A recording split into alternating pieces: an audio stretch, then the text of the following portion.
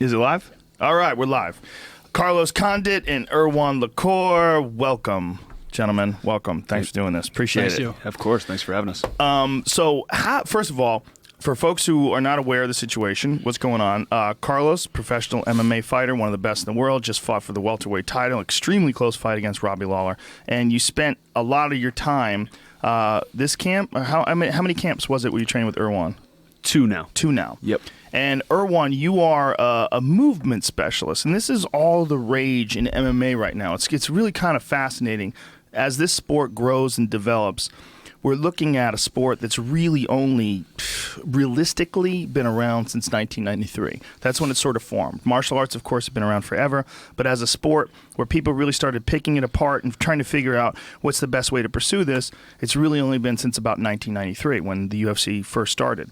And the most recent trend is guys trying to improve upon balance, movement, and their ability to close distances and attack and be in a position to constantly be able to do that in between those techniques. So instead of concentrating on just hitting pads or just doing, shooting doubles or doing various drills, you're concentrating on the movements that take place in between those techniques. Is that a fair way to describe it?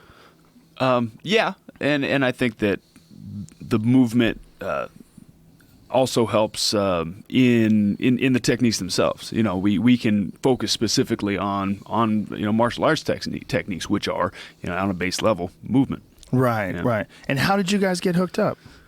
I reached out to Carlos. Yeah. Actually, it's one of your comments that you were commenting on one of those UFC events, and you talked about the current state of the welterweight division, and at some point you talked about Carlos, and he was still recovering from his injury, and you said that at this point, he was 31 or 3 years old back then, and it was a serious injury, and that from then on it could only somewhat get slower, and that made me react because it was both true and not true. True from a conventional standpoint. That's true, but from a training, coaching, movement practice standpoint, I knew that there was a possibility to reverse that. To improve. Right, and that this is actually that comment that made me think, Carlos is right there, I need to reach out to him, I can train him, and I can show that there are some different methods that can bring results, even in seasoned fighters like Carlos. What is your background? Training in the woods a lot when I was a kid, moving in the woods, climbing trees, jumping from rock to rock, and being not only being encouraged to do that by my own dad. Mm-hmm. And then later on, I did some extreme trainings, I would say, in Paris with a very small group, and we would climb scaffoldings, and we would jump off bridges, and we would balance on top of the scaffoldings. And like parkour type stuff? It was a parallel movement because the founder of parkour, David Bell, was almost my neighbor and practically we're the same age, but we didn't know each other back then. And I was following an old guy, and we would do these trainings because we were somewhat wanted to go against the normalcy, how heavy the inertia of normalcy of wanted to do to know ourselves through movements and exercises and challenges that were completely out of this world. What do you mean by heavy the inertia of normalcy? What exactly do you mean by that? Well, I like to say that normalcy is a silent killer. A lot of people are just extremely bored by their day-to-day routines. Mm-hmm. It kills them. It shrinks their comfort zone all the time, and it robs their creativity, their vitality, because we're not meant to live such predictable lives. Mm-hmm. And we're supposed to be extremely adaptable at a mental and physical level, and we need to train that adaptability by presenting ourselves with the challenges that are going to maintain that adaptability. We need a strategy. If a lifestyle is boring, if we're bored in our lifestyle, there's nothing in this world that's going to really change that. we can entertain ourselves. We can consume tons of entertainment. But what we need truly to get out of this is a strategy, a perception of oneself that is different, and then the strategy that's in line with that perception of a stronger self, a more free self. I know it's very philosophical, but Yeah, you asked me about it. I'm just telling you the way I think about it. If I had followed, the box, the textbooks, the conventions, I would not be in the place I am today. I would not have done what I've created. So it's a philosophy as much as it's a training modality. Because everything in life is philosophy. That you call it philosophy, outlook, perspective, opinion, values, whatever you call it. It's something in your mind, is a certain perception that makes you see yourself, see the world a certain way, and behave accordingly. Right. A bodybuilder, you may think that's purely physical, but it's not. It's a philosophy. The guy who wants to be big has a perception of himself as being very big, and is going to train accordingly. So it always starts with the perception, and then you behave accordingly. So everything in that sense is philosophy. Now, when you met this character, what were your first impressions? And why do all these movement teachers look like Jesus? Because that's a question that's been coming up over and over again on the forums, and I feel obligated to ask. Well, I think they Ido are. Portal. Yeah, I think they are along. They are of the naturalistic persuasion. Yeah. So first impression of Erwan was that he was very intense.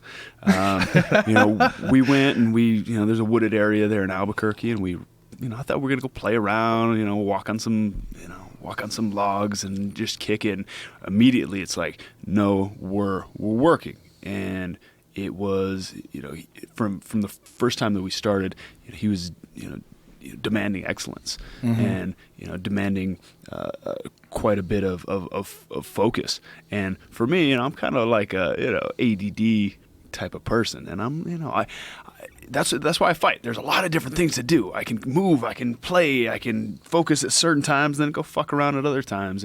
And working with Erwan, it's not only been beneficial for me physically, but also as far as my focus and just my attention. Physically, initially, it was hard, man. I was just maybe 7 or 8 months off of my knee surgery. My body was stiff. I had a great physical therapist, and we were making progress in that respect, but I wasn't there yet. I had a lot of imbalances. I was still kind of fucked up. What type of knee surgery? You had ACL reconstruction? Did you get cadaver or patella? I had cadaver.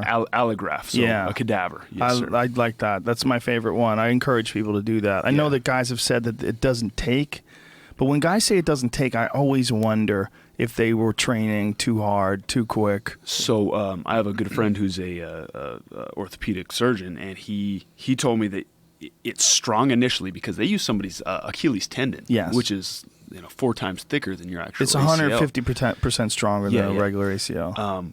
But as your body's assimilating it, it gets weaker. Apparently your body does this scaffolding of its own cells around it as it's assimilating it to your own tissue, and it gets weaker during that point. Eventually, you wait a year, 18 months, it's going to be stronger than it was before. But in that period, 7, 8 months where you're feeling good, the inflammation's gone away, the swelling's gone down. You're like, oh, I feel amazing. I can go fucking train. I can go spar. Boom, you blow it. Yeah, and they say it didn't take, but that's not really true, right? I don't think it's true. That wasn't my experience. Thankfully. From when I've talked to doctors, that's exactly how they said it too. That you feel really good and you start training hard, then you blow it out. Ed Herman did that. Dominic Cruz did that. A bunch of guys have done that, and it's very common. Yeah. So Erwan and I started working together. Initially, it sucked, man. I couldn't do hardly any of this stuff, and I'm a high-level athlete, and it was frustrating. So I would go, and I'd input a little bit of information from him. I'd work a little bit by myself, and then the next time we worked, I would have made some progress, and we'd work together for once a week, maybe twice a week for over a year now, and.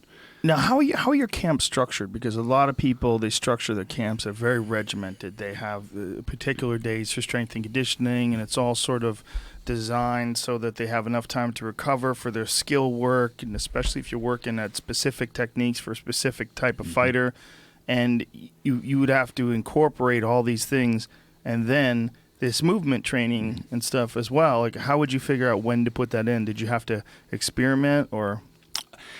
Every camp really is an experiment because as I've grown as an athlete, I've changed. I've got older. I have to take more time off than I did before. I have to really, pay attention to my body. So we do have somewhat of a structure like that, but it's also all the scheduling is tentative. It's like, okay, yeah, I have this scheduled on this day, but if I'm feeling like shit, I'm not going to go in there and do that. That's a good way to get hurt. Right. It's a big fight. I can't get fucked up. So when you feel like real worn out, you have to sort of like really be paying attention to your body. Yeah, absolutely. And we do active recovery. My strength and conditioning, the place that I go, we do a lot of different things. They use some biofeedback software that's pretty cool. You stick some fucking sticky pads on your body and like an EKG thing, and it can actually tell you physiologically what your readiness level is.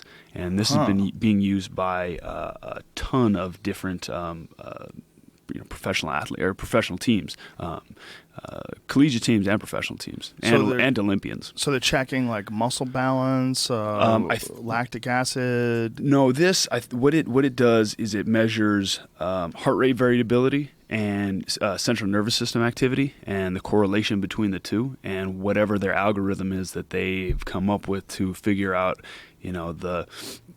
what the correlation means. They can, you got a little dumb screen that shows you blue or green, yellow, red. As far as your trainability, I can do strength and speed, but my power and strength, level readiness is down. And then so we use that as a tool. There's sometimes we just got to go. Sometimes you just got to go old school and be like, this is fancy, but I need to push through today. But it's a tool to help mitigate overtraining. Wow, that's really fascinating. So it seems like experience is probably the most important thing then. I think so. I think so. And that's hard, though. When I'm in training camp, I'm like a racehorse, man. I want to fucking run. And I really need somebody to, pull back the reins. And sometimes I can do that myself, but sometimes I'm in fucking, in shark frenzy mode. I just want to go, go, go, go, go. And, I have to have people around me to be like, hey, no, whoa, kick it. You need to kick back.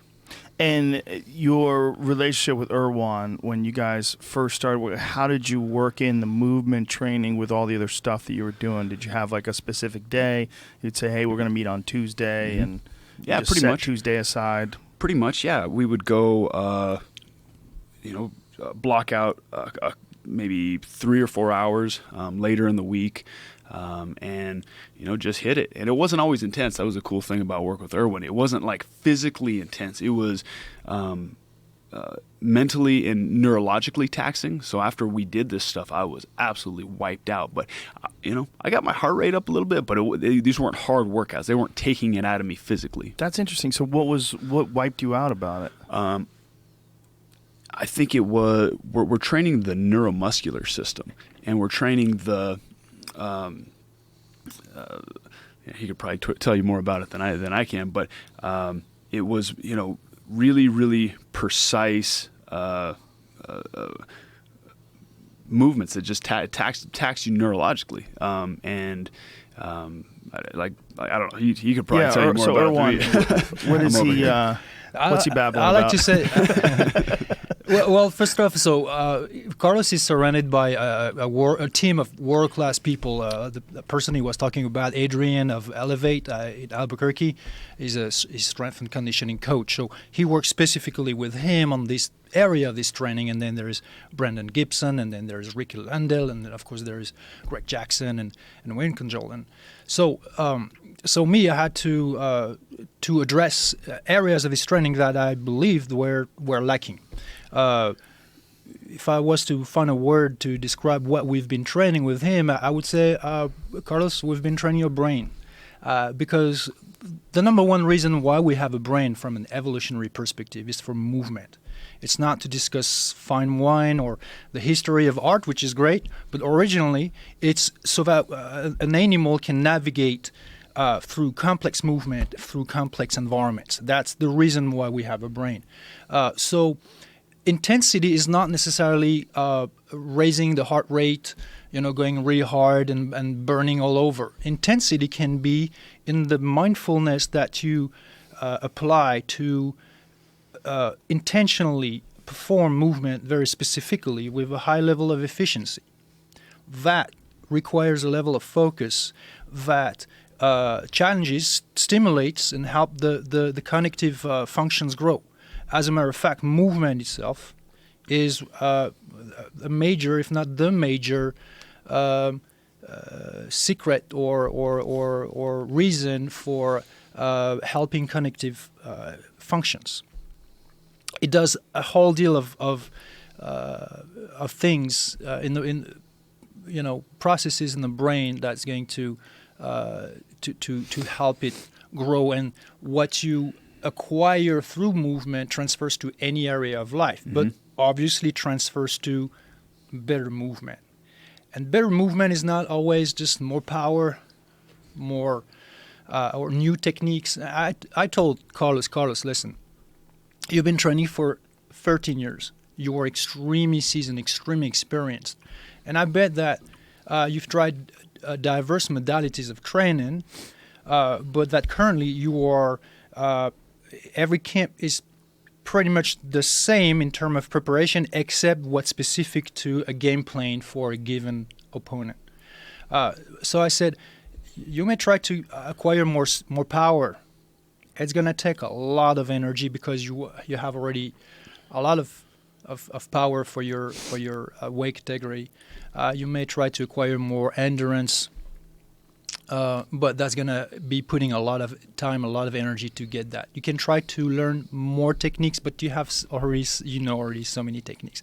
So one of the things that you can do is to move better. So any technique that you already know, we want to perform them better. Okay, so what is involved in movement trainings? Like, say it's day one, you get a guy and he says, "Hey, I love this idea. Hook me up." Well, in the case of Carlos, it had to be something specific to him as a fighter, to what I saw. I saw, what are his fortes, his strong points, but also saw what I believed were deficiencies. And that may seem presumptuous, but when I talked to him about it, what I saw that could be improved, he said, well, that's exactly what I've been told for years by my coaches. And what was that? I thought that his stance was too high. He used these too narrow, mostly this particular, typically Thai boxing square stance, with his feet in the L shape,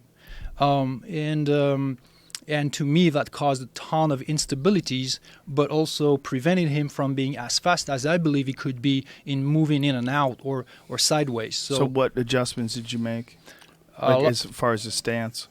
We the position of his back foot is orientated, at a 90-degree angle. So we moved it forward more at a 45-degree angle. But the problem when we did that is that when we have a square stance, basically your feet are in line. So if you move, you are relatively stable only because the back foot is going that way. So now when you move it that way, you shrink a bit your base of support. It creates even more instability. So what you need to do is to have your feet wider, to widen, a bit wider to the front or to the back, and then to the sides, something like a width, shoulder width or a hip width. So that was really a lot of when I was tweaking something, it may create a negative consequence. So we had to do a lot of drilling to improve that stance, to make it better. Now, the stance that you developed, sort of classic stance, and you're a tall guy, you would fight tall and stand up high. Were there any issues when you started adjusting the way you placed your feet, or did you have to relearn things? In any way? Oh yeah, without a doubt. I've been training, Muay Thai since I was 15 years old, and so yeah, I mean, these things have been, stratified in my freaking my muscle memory for years. So yeah, it took quite a bit of, and you still see me going back to my old habits. You're gonna, especially when you're tired or you're stressed or you're in different situations, you're gonna revert back to the thing that you've trained the most. But when I'm mindful of it, for the most part, I definitely think that the improvements or the adjustments we made were major improvements. We also worked on, instead of being real heavy on my front leg, having more of like an upright stance, and upright stance as far as my torso, and not being so heavy, being more 50-50 on my legs, and that allowed me to move in and out faster, not only forward but back. And that showed big time in the fight against Thiago Alves. I think that was the reason I was able to, get inside, land with the elbows as effectively as I did, and then kind of, get the fight rolling. We're seeing some. I love watching different sort of patterns that are developing that fighters start following. But one of the things that we're seeing, there's a lot of people that are standing in more of a karate stance. More sideways and wider stance, and with that, like sort of Lyoto Machida style, Gunnar Nelson likes to fight like that. You can bounce, Conor McGregor, you bounce in and out easier. It seems like a lighter footprint sort of stance. Yeah, and that's very much what we were aiming at. Yes. I execute it the way that I do because I'm a flat-footed kind of fucking goofy guy, and I do my best. I'm lucky I got a hard head sometimes, because I'm not Mr. Technique all the time. But we definitely made improvement. I must say that working with Carlos, and he's extremely focused. Actually, when he trained, it was like a zero fat kind of training, like completely, entirely focused from the beginning to the end. Always really applied himself during the training, and I know that he drilled a lot also on his own in between every session to make those adjustments to make them become second nature. Because when you change any aspect of your technique, at first it feels unnatural because your brain is, you have something, certain patterns that are ingrained in your neuromuscular memory, and they are a little hard to change. But Carlos was able to change things really fast, actually, and I was always impressed by how fast he would make those progresses. And again, those progresses were not that much physical, and in the sense of strength and conditioning, like you would have to work hard to. The changes were, I always told him, the body has it. What you need is that map in your brain somewhere to really understand, recognize, identify, and assimilate fully that particular pattern. You've done so many movements, so much footwork, but that way to do it requires a different wiring between the mind and the body, between the brain and the body. That's a big part of it, right? Is just patterns and getting those patterns ingrained in your system to the point where they come out automatically. Yes. Like, those movements that happen either in sparring or in competition where all of a sudden you're executing something and you had zero thought. It's just completely, your training takes over, you slip a punch and counter, and there's no conscious thought at all. And that has to sort of similarly be achieved through movement. Exactly, and that's what stimulated Carlos' brain that much that he had to take a nap after every training, whereas he's used to really, really hard training. But with that training, which is relatively low intensity, and the brain is so stimulated that it needs to recover because it needs to process while it's like if the mindful movement is the input that the brain needs to do that recircuiting differently. And to to deconstruct old patterns, replace them with new, Right. more efficient patterns. And that didn't happen while we were doing it. While we were doing it, a lot of the times I was struggling with this stuff. But I'd go home and I would rest, and I'd go back to my regular training, work a little bit on it, not a whole lot. But then the next time I would come back, it was almost as if my mind and my body had digested this stuff and assimilated and put it into practical application without unconsciously, without me even really working on it too much. He says that I would work in the meantime between our sessions. Sometimes I did, sometimes I didn't. Sometimes I had a lot of other stuff going on. Sometimes you didn't? But it looked like I did, because I feel like, and I think this is kind of a consensus, that you make gains during your rest. You can lift and lift and lift and lift, but if you never rest, you're never going to make those gains. The same thing with your technique and this neurological training. I think it works the exact same way.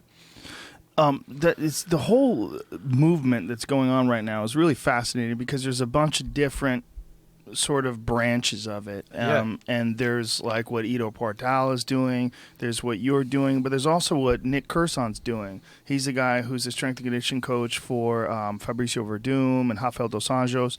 And I had him on the podcast and I asked him, like, what is like one of the most important things that fighters are lacking and that you try to improve on? And he said foot strength. And I found that to be really interesting. And when I watched what you guys were doing, a lot of this barefoot jumping and leaping and balancing, and it requires like some pretty extreme foot stability. It's the number one thing we addressed with Carlos. Number one. Number one, I said your feet are not strong. Wow. They're not smart enough. Not that feet have a brain, but there is an extremely strong correlation between the proprioception in the foot and the brain and movement. So most of the time when we move, we're on our feet, and that's the reason why there are so many sensors, nerve terminations in the feet, thousands and thousands of them. Why? Because it's about intelligence in the sense of information. We talk about proprioception, exteroception, which is the particular perception of a given surface and its texture, and is it slippery? Does it give traction and things like that? Is it stable or shaky?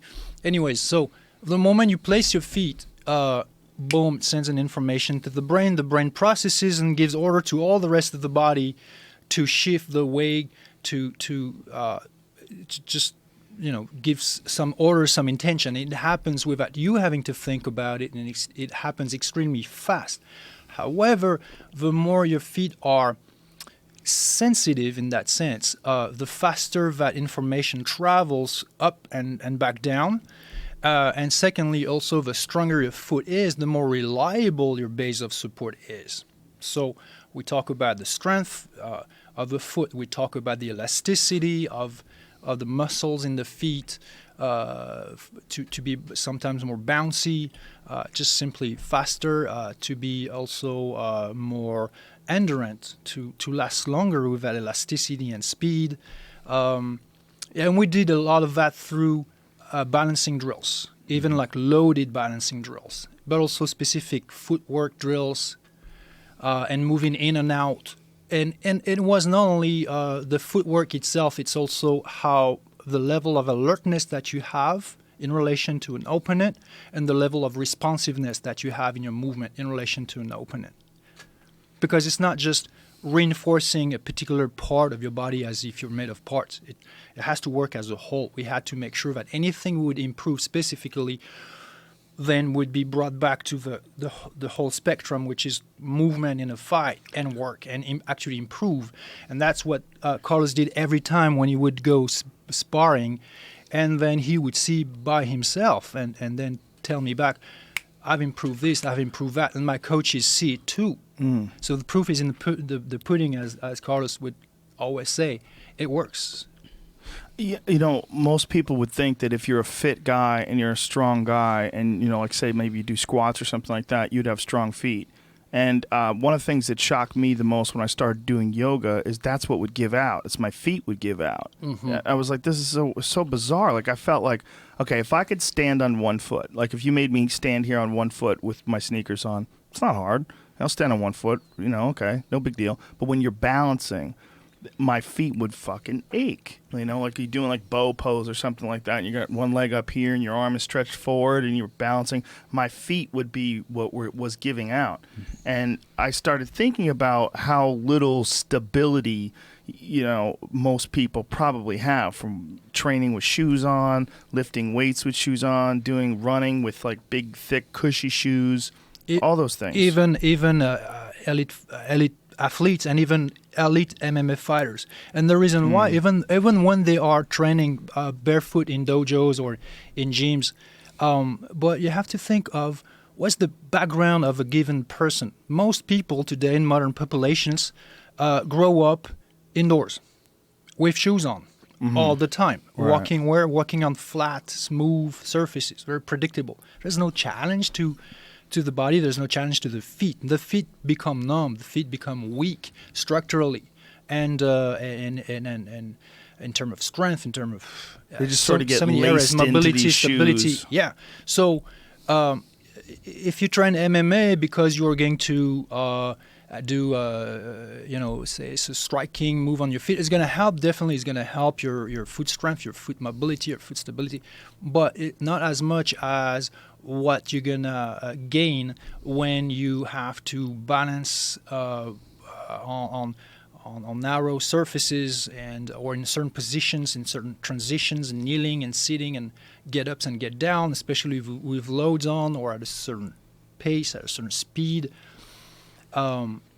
It's different. And when you make the feet stronger, then your footwork is stronger. When we talk about movement coaching, some people are confused because when they hear movement in relation to fighting, they think footwork. And it is footwork, but it's also more than that.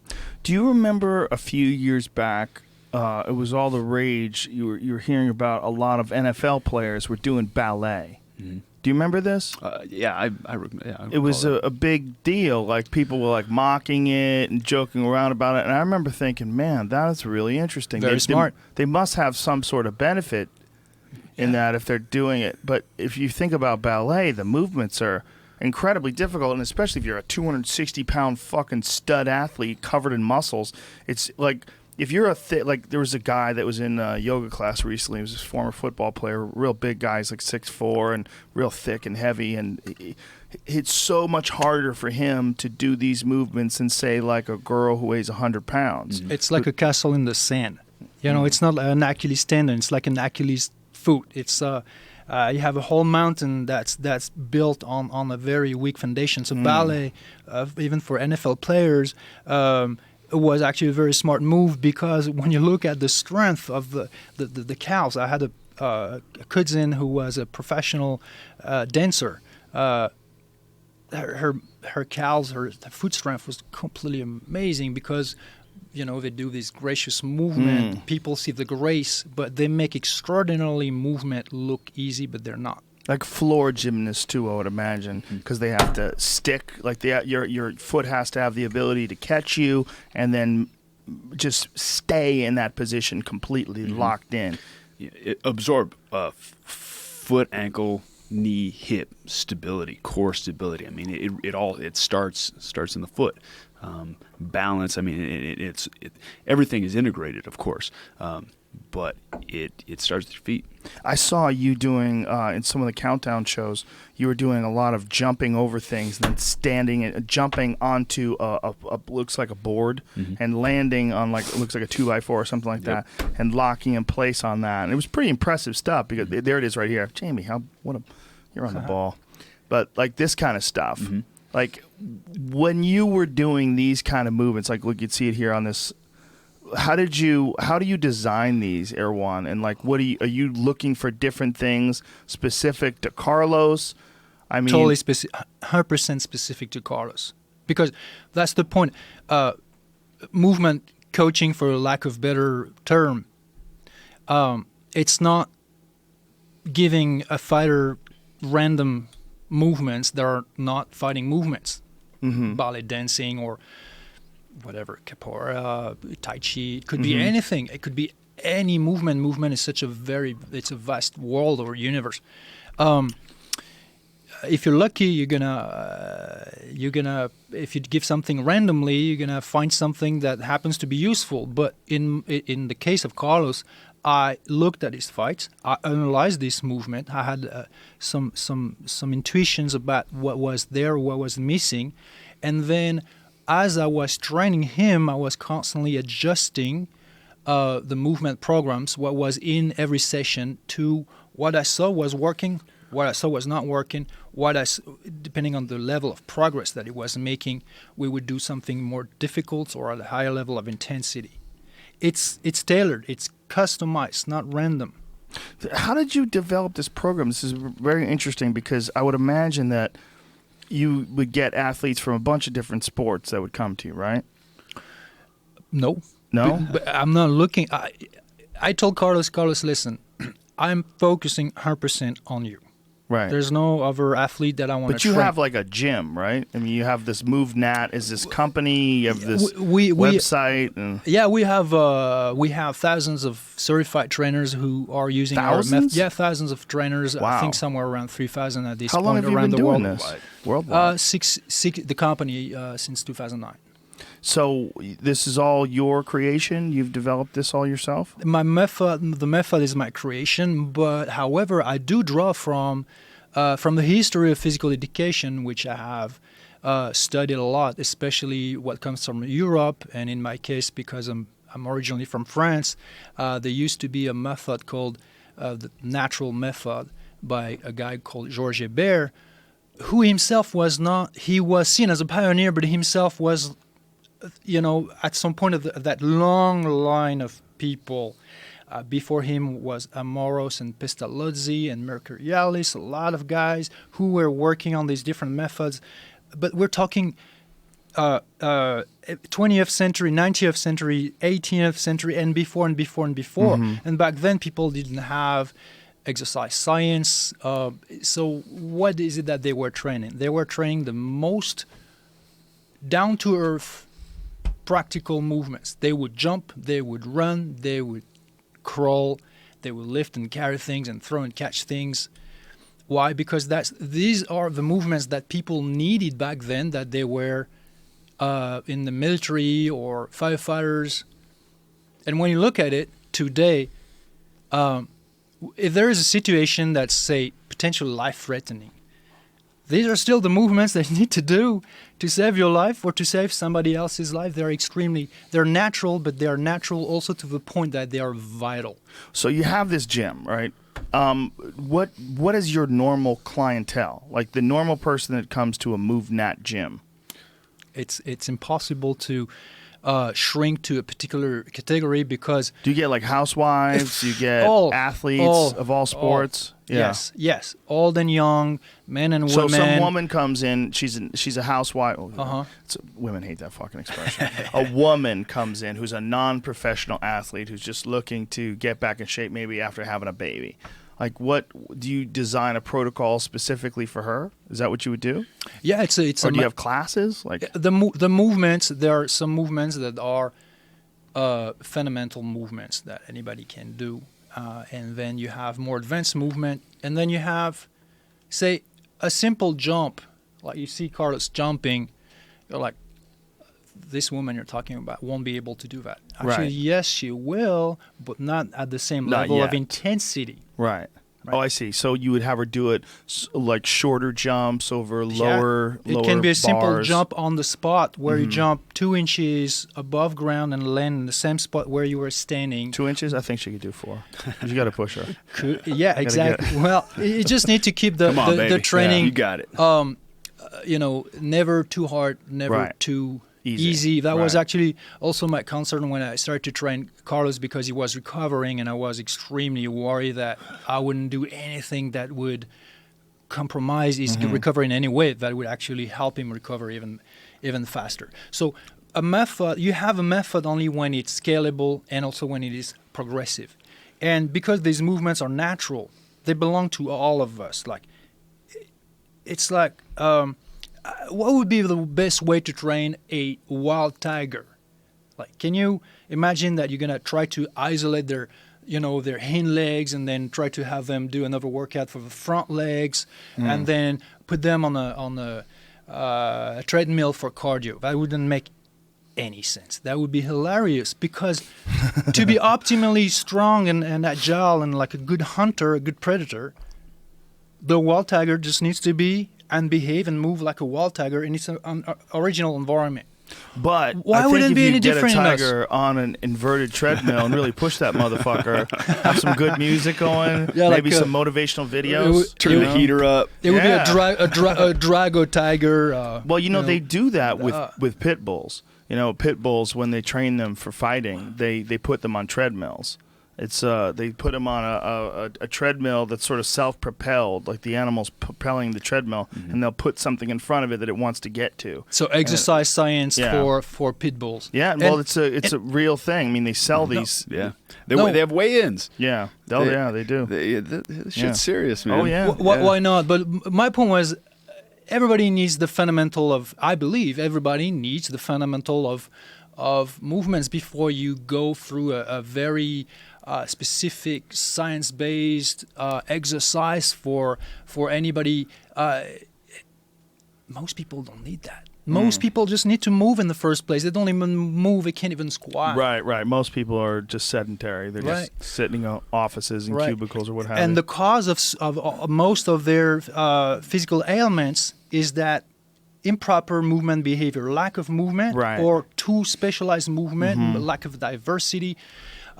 And the good thing is that the antidote for that is movement also. Movement Right. behaviors. Movement behavior is the cause and the solution to a lot of physical issues. Yeah, so when you think about it, what do? We fucking stand, we sit, we lay, we bend. That's about it. That's like four things, right? Throughout Right. our day, And that is so narrow of a movement spectrum compared to what should we do? We should throw, we should run, we should catch, we should swim, we should balance, we should pull, we should carry, we should fight. We could all this variety of things that the human body is supposed to do, and yet we are like in these constraints of our, we have chairs. We're sitting here on fucking chairs. Yeah. Before there was chairs, there was a fucking, a low squat or kneel or, there's also the neurological benefit of doing those things, because for you to move that way, your body has, or your brain has to do it for you. It has to fire those synapses off, if right. we're not doing that by this boring ass shit, or even if we're fit, we're still laying, we're sitting on machines. I'm doing a elevated, whatever. Bench press or something. Yeah, right? yeah. We're still kind of Isolated and very, very specific. minimal. Yeah, Yeah. it's very minimal. We're not supposed to be like that. We're supposed to fucking move. Exactly. Even the people who are brave enough to go against that inertia of normalcy and go to the gym and they will exercise with machines. I see a huge problem with that. Yeah, like because Nautilus type machines. It's stuff along those lines. totalitarian. Yeah. Because machines dictates your movement, Right. shrinks it, shapes it. You have no choice. You follow a very simplified pattern that's imposed by the machine. Right. This is not who you are. This is not what you're supposed to be and move like. Yeah. Because you're supposed to be highly adaptable in the way you move. But when you do try to isolate your muscles, you're treating yourself like you're a freaking machine. It's like a factory when you should be like a wild forest or a permaculture garden or something like that. It's not what you're designed by evolution or creation, whatever, to do.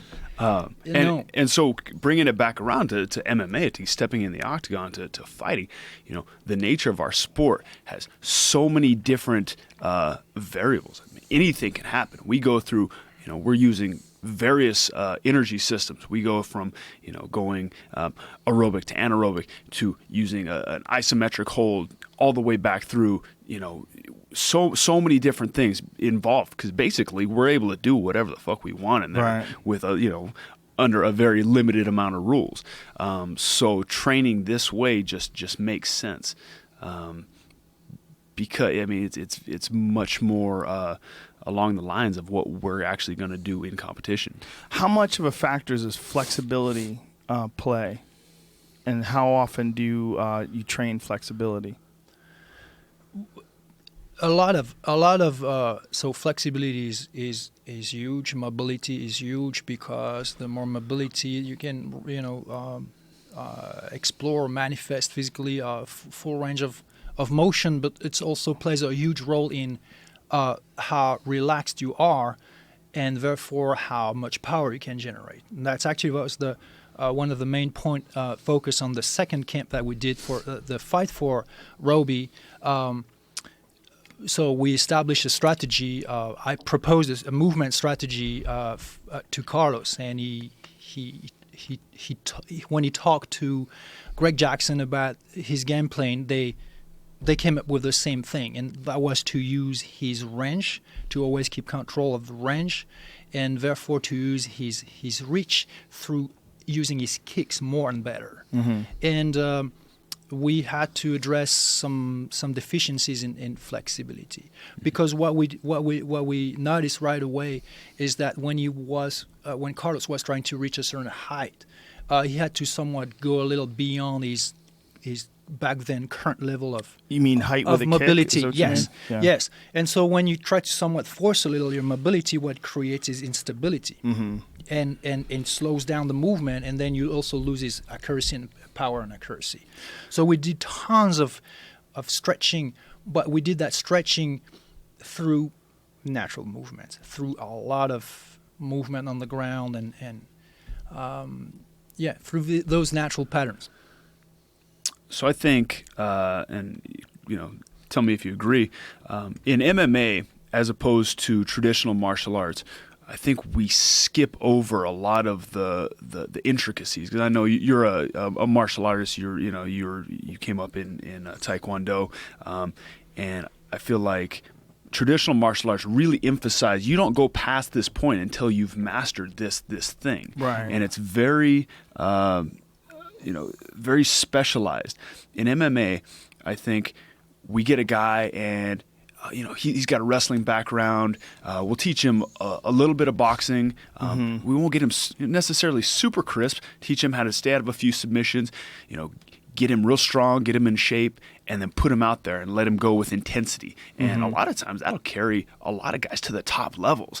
And yet they've missed some of these smaller basic nuts and bolts kind of thing with the movement. Yes. And I think that going back to and that's all good. That's all well and good. You need that mix of stuff. You need the intensity. You need to be able to get out there and bring in, bite down on your mouthpiece and throw down when the time comes. But if you have that, you can always go back and work on that other stuff, and that's what I feel like I did quite a bit with Erwan is making these tweaks on these very fundamental things that had been skipped over, because I'm built to be I got the fighter thing here, and you put me against whoever, I'm gonna fucking go. But now let's refine and maximize the potential of what I can do. Yeah, it seems like almost having that kind of go mentality, that fighter mentality, it's obviously a huge benefit when you're in a fight. But it almost seems like maybe sometimes it's against your benefit when you're training, because when you're training, you almost should be looking at it like a science.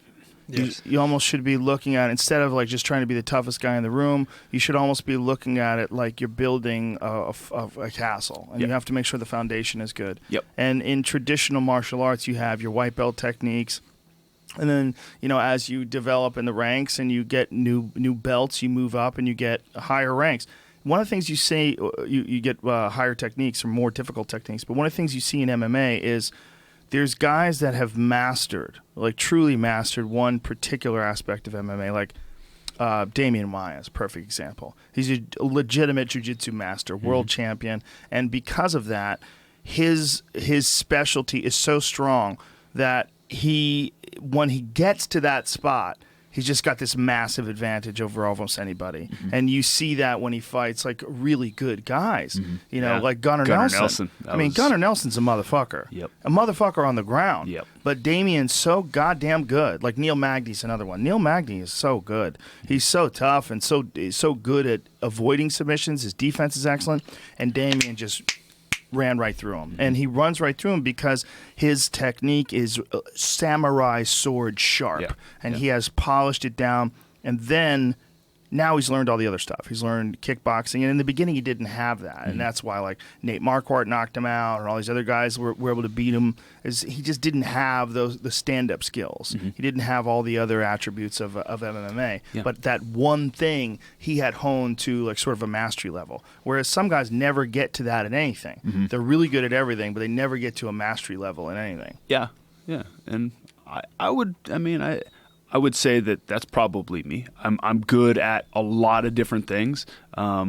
Maybe not a master in necessarily anything. Your stand-up is pretty high level. Yeah, pretty high level. Yeah.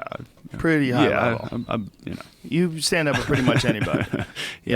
I put your stand-up at a very high level. But, your submissions are very good too, man. But if you spent 5 years and did nothing but jiu-jitsu every day and started competing in the Mundials and Abu Dhabi and Naga and all that shit, and who knows what the fuck your jiu-jitsu would be like. Which sounds awesome. I mean, when I was coming up, Greg Jackson's gym now is very much it's seen as kind of, kickboxing, striking, lots and lots of striking. Some wrestling, some jiu-jitsu, but mainly striking, right?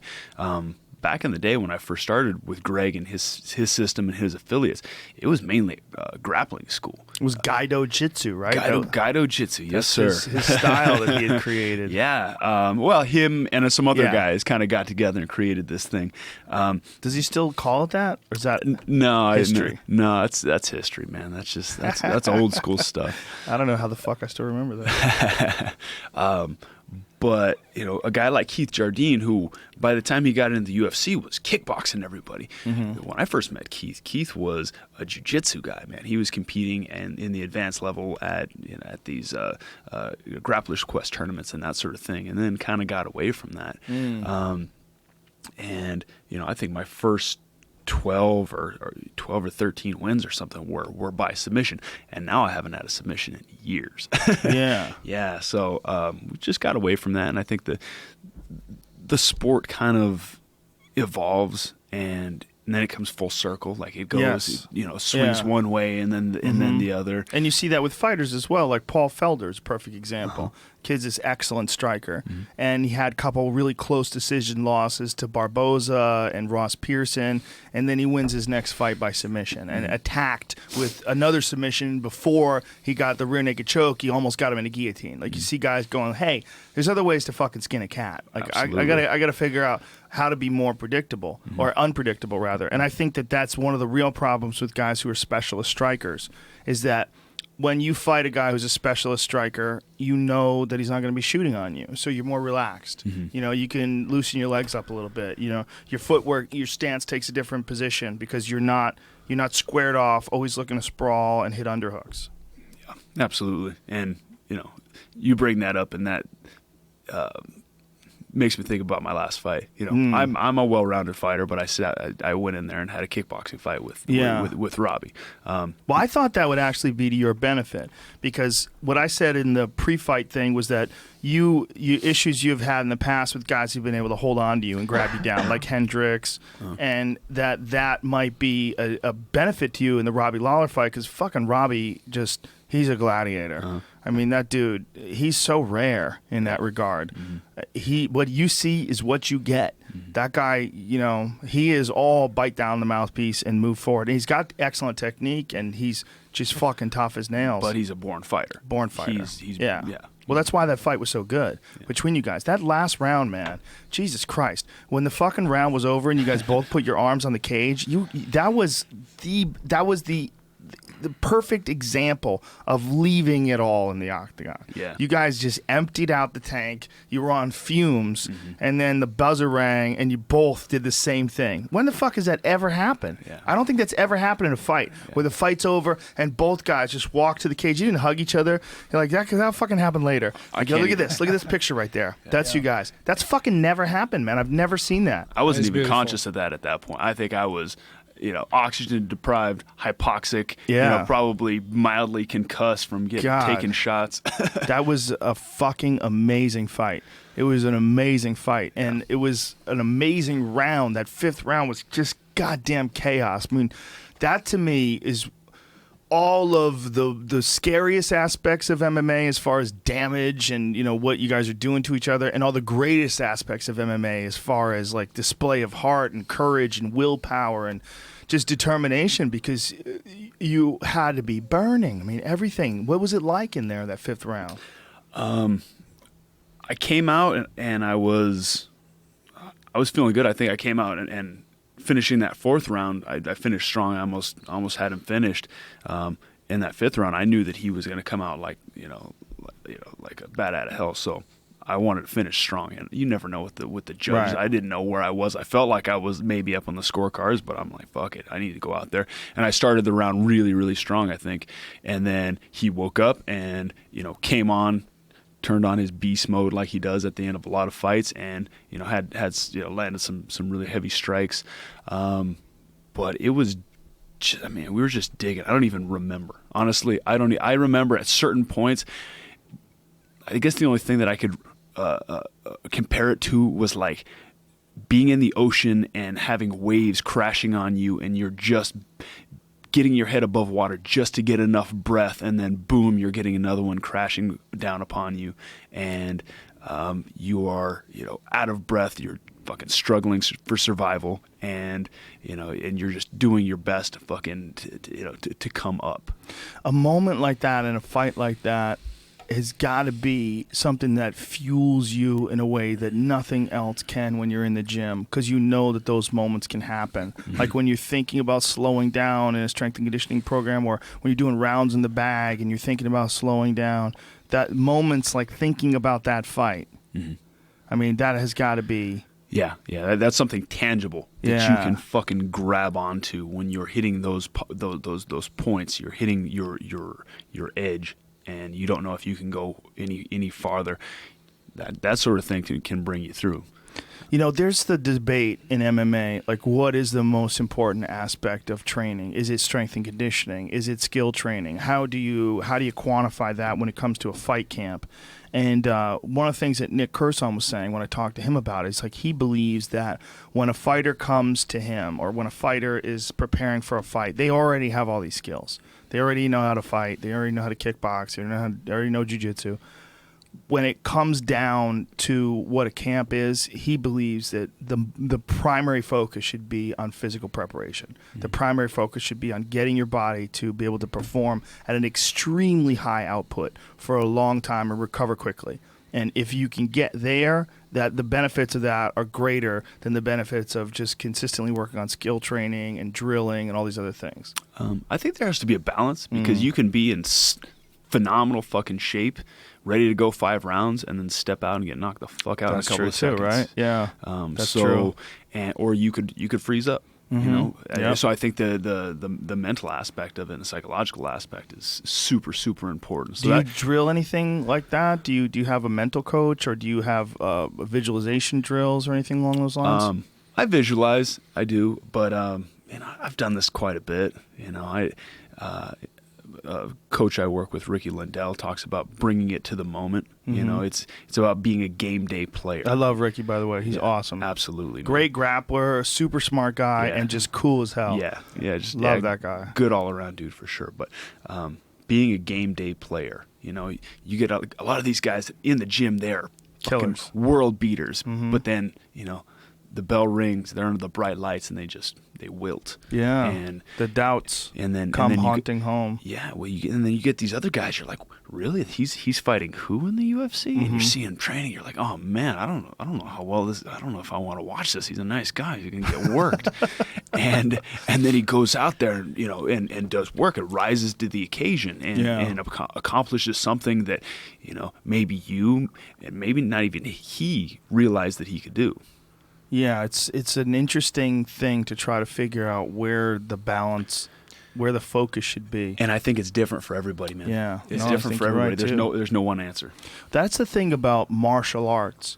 Like I heard this guy talking about this once, that it's not an art, that it's just people beating each other up. And I'm like, wow, that is such an ignorant thing to say. Because when you watch someone fight, you are watching art.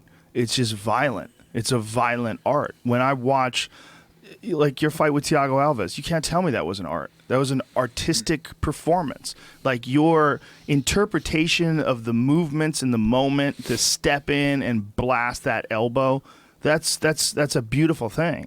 I mean, it's not beautiful to him or anybody who cares about him, or his facial structure. But that's it's beauty. There's beauty in that. There's beauty in that, and there's beauty when he did that to Matt Hughes, and when he hit Matt Hughes that flying knee. There's beauty in martial arts. There is. It's for me, it always has been a creative outlet. I can put together all these sequences and all these different things in a way to solve a particular problem. Right.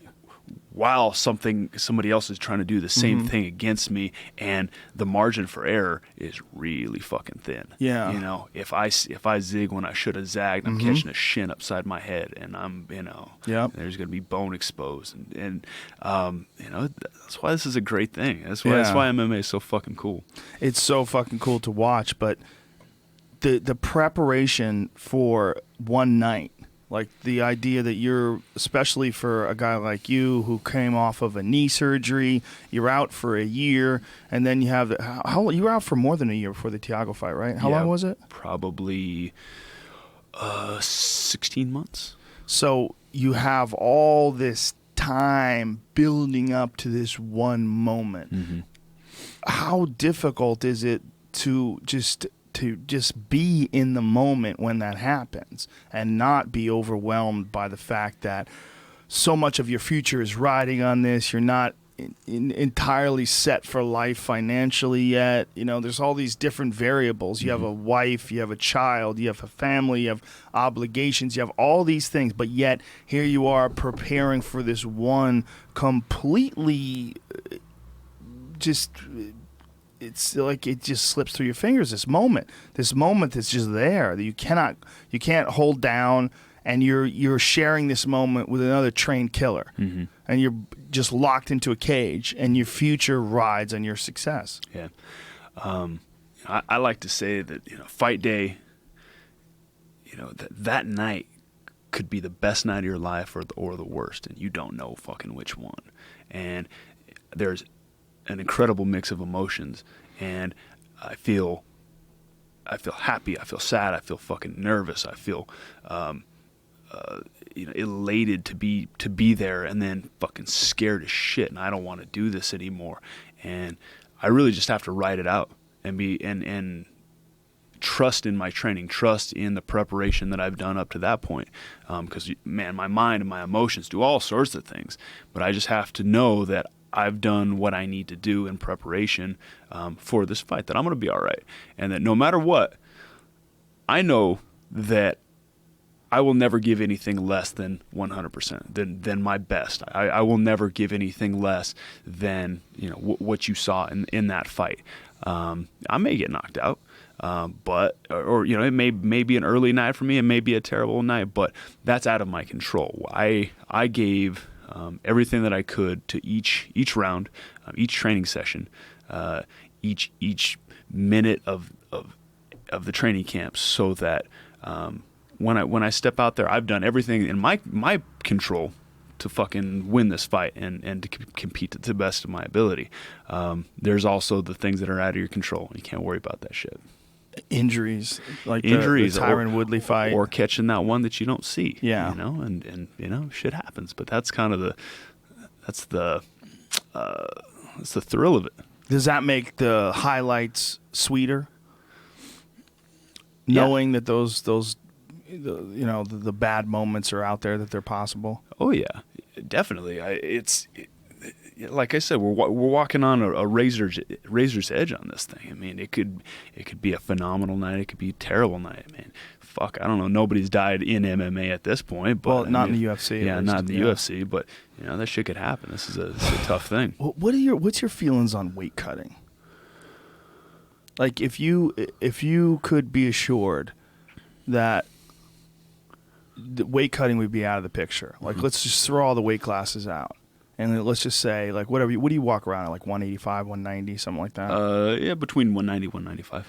If you could be assured that that's what your opponent's going to weigh, that's what you're going to weigh, you don't have to cut any weight. Wouldn't you think that would be a better way to compete, to just completely eliminate that from the equation? Just find out whatever is your natural healthy weight and compete at that, instead of this insane thing that everyone's doing where they're dehydrating themselves a massive percentage of your body weight, sometimes as much as 10% of your body weight, just getting sucked away in water, to the point where you could literally only exist in that state for a short period of time. A couple hours, yeah. Yeah, that's fucking bananas. That's a part of cage fighting. That one day, to me, I feel like the athletic commissions are sleeping on a potential time bomb. Yeah. They're just ignoring that this is a huge issue while they're concentrating on steroids and EPO and all these other things, which are real issues. Those things are unquestionably real issues. But just as big of an issue is massive dehydration 24 hours before a cage fight, especially now that they've eliminated the IV rehydration methods, and the fact that we know now, there's medical science has proven that the brain does not rehydrate as fast as the rest of the tissue. It takes longer. It takes as much as 70 hours, 70 hours, which is fucking crazy. For the to rehydrate your brain. I think it'd be interesting to see different proposals. I know that ONE FC is doing something. They've eliminated it.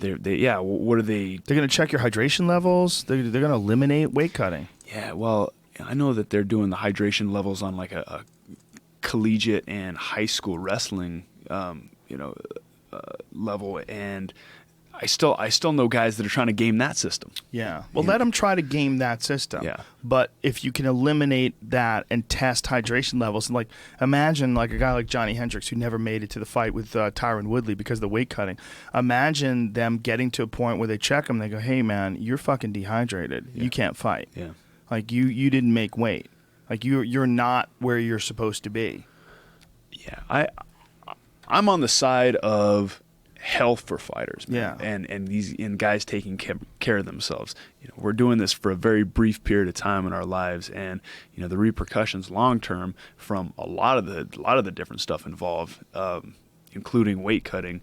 This is going to have long term ramifications. So for internal organs, specifically kidneys, right? Yeah, man. And I think it ages you, man. It especially if you're not doing it correctly, especially if you're not living a healthy lifestyle year round. All of a sudden, boom, I'm going to change the way that I eat so drastically that my body's going to freak the fuck out, which you see a lot of these guys, and then they don't make it to the weigh-in because their system isn't used to eating like this. I'm used to, eating a bunch of bullshit, and now I'm all of a sudden eating greens, which is good for you, but your body's still going to have this reaction to it. Period, when you're not used to it. I would definitely like to see some change.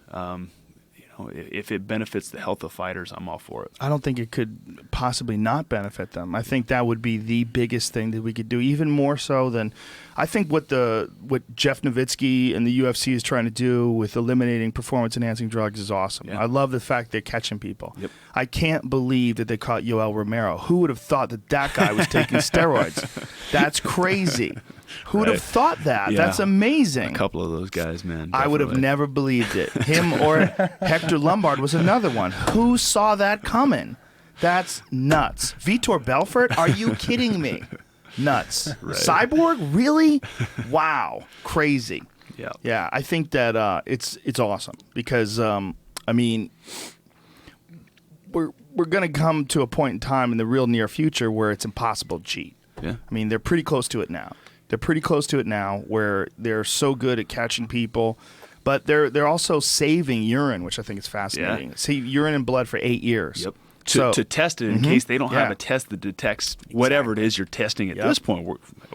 We can test you down the way. Exactly, And, yeah. you know, and you can come off hot Yeah. down the way, that is cool. they're super close to being able to catch you doing anything now. But what they're doing is they're coming up with all these little designer things and peptides, and that's what Yoel Romero got caught for, some designer peptide which artificially increases your body's own production of testosterone. You know, so they're doing all this sneaky, weird shit that used to be totally undetectable, 5-6 years ago or what have you. Yeah, well, I think that's what they've been doing for a long time, correct? Like it's been like an arms race between the dopers and the anti-dopers. Yes. That's what I understand with Lance Armstrong. It was like a constant thing, man. It's like some super sophisticated fucking programs to beat these tests. Yeah, and with Lance Armstrong, one of the interesting things was everybody was dirty. I mean, it's not like MMA where there's a few guys that like Nowitzki, I think calls it the smell test or the look test, where you look at them and you go, what the fuck's going on over there? Right. You know? But with Armstrong, like none of those guys looked like Yoel Romero. They were just little skinny guys on bikes. Yeah. It's the nature of the sport. Yes. And I think what they were taking is different than what fucking, what these big muscled up, prize fighters are taking. Well, another important distinction about these bans and about the banning of IV rehydration is now you can't blood dope because they used to be able to blood dope. You used to be able to pretty easy to just take your blood out and reinsert it into your body. You have more blood, and you get the same sort of benefits that you would get with EPO. So you can't do that anymore because they'll be able to detect. They can actually detect plastics in the blood that come from the bags and from the tubes. It's fucking nuts, man. That's wild, yeah. It's nuts. It's fucking crazy what they can do. I've heard though, like we're talking about the arms race, that people can use Glass syringe. glass, and then the vein, sterilized veins from animals as their tubing. That's what I've heard. Oh my god! Yeah. Oh my god! That's so crazy. Yeah, like yeah. sausage casing and shit. Oh my god! That's fucking. Now they're gonna check for pig veins and shit. Sausage casing. Oh, down the rabbit hole with all that stuff. That's, I mean. Well, Nowitzki was telling me that they've now figured out a way to develop testosterone from animals. And it's semi-theoretical at this point. They haven't caught anybody who's done it yet, and that may be one of the reasons why they're holding on to this blood for 8 years. But he said they've figured out a way, because right now I don't understand the process, but right now the way they develop artificial testosterone is through wild yams. They use Mexican yams. I fucking don't understand it, but somehow through yams they can develop testosterone. The yams are manly. Manly yams. I've always said, I am what I am. That's why Popeye knew. He was ahead of the time. They make me feel manly. So they've figured out a way through these carbon isotope tests to detect that the testosterone in your body was non-endogenous, that it was exogenous, that it somehow or another came from something else. But they won't be able to do this right now, at least, with animal testosterone, which is so fucking bizarre. It will always be a race between Yes. the cheaters and those who control those. With the French Tour de France, cyclism, biking, and back in the early 20th century, they were doing it already. And then today, every Sunday, there is some competition somewhere, like a local short distance triathlon, and those, Sunday athletes, and they dope. Yeah, they're saying that like And they cheat. executives that want to like show off are taking Yeah. EPO and entering in triathlons and winning them. Like So just- they can put that on their just resume. jacked to the tits on EPO, which is really fucking dangerous, apparently. I don't understand EPO, but the way it's been described to me was that when you have so much extra blood in your system, there's a high risk of stroke, and that you have to mitigate the amount of EPO and the amount of blood in your system by constantly exercising. Like, you have to exercise. You have to drink water and exercise. Otherwise, your blood gets too thick. Wow. As we talk, millions of people are doing crazy things in their day-to-day life that are going to mess up with their brain, mess up with their whole physiology and hormonal balance and stuff like that. And they're not getting paid to do it. They just do it out of whatever ignorance or laziness. Or so why wouldn't these professional athletes, Of course. some of them, Especially in combat sports. yeah. And Yeah, it's- I mean, there's one thing, winning a bike race is one thing, but not getting kicked in the head or being able to kick the guy in the head because you have that extra juice of energy. You know, when you're tired and you're in that fifth round, but you come out because you're on EPO and you're fucking Dominic Fresh. Cruz stepping and throwing high kicks and the other dude is gasping for air. That's where it becomes a huge issue. Absolutely. I mean, we're talking, potentially life Yeah, and death. sure. Well, the way I describe MMA is it's high-level problem solving with dire physical consequences, Yep. and we've seen it. We've all seen guys get flatlined. We've all seen people. I mean, you've done it to a bunch of guys inside the octagon, and it could have been you. You know, I mean, it's a fucking nutty sport, and in this sport, the doping has just a much higher level of it's Consequences. Yes, Ramifications. ramifications is the right Absolutely. word. What's interesting to me, though, I'm absolutely anti-doping, but I'm pro the science involved in it, because what we're experiencing right now, what I believe, is that we are in a period of time in human history where our understanding and the scientific understanding of the body and its mechanisms and all of the things that they can do to it is being sort of deciphered and tweaked and poked by all these various scientists. Although I believe that should be outside of competitive athletics, we're going to get to a point in, who knows, 10, 20, 30 years, where they're going to be able to genetically re-engineer human beings. And this is all going to be out the window. I think we're kind of experiencing the last years of natural competition. Yeah, gene doping Yes, type stuff. it's Yeah. going to happen. I mean, they have this new thing that they've figured out how to do, where they, because of there's this really interesting science. It's called CRISPR, is what they've developed, and I'll butcher it if I try to give the scientific definition of it, but they can literally add genes and manipulate genes, and they're doing so in small animals and small multicellular organisms, and they're getting it to a point where they really understand it, and they're saying that in China they're starting to do this with human beings. Wow. And they're starting to fuck with it and test it. And, you might see some Chinese Wolverine type dudes in the next 20 years, and you'll know, well, that kid's the product of these Chinese experiments, Okay. I mean, that's what they used to call Karelin. They used to call Karelin the experiment. Because if you've ever seen Karelin's family, his mother and father are like 5'6". Yeah. They're like these tiny people.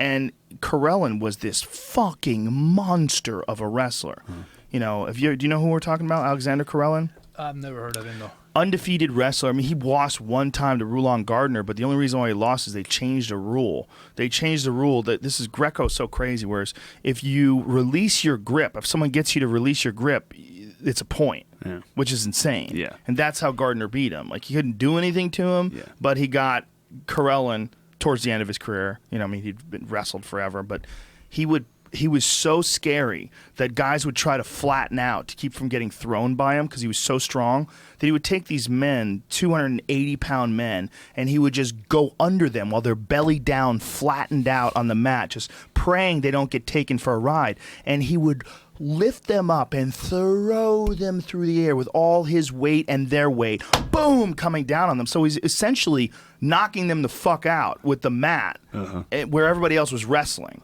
He was wrestling as well, but he was also hitting you with the world. It was crazy. Yeah. And no one knows how he got so fucking big. In history of sports, there are always these freak of nature, these complete exceptional athlete in a given sport. But Sure. with what you say and the manipulations they're going to be able to do on physiology, maybe using nanotechnologies or indeed genetic modifications, they might be able to replicate, to clone those freaks of science. Oh, they're going to.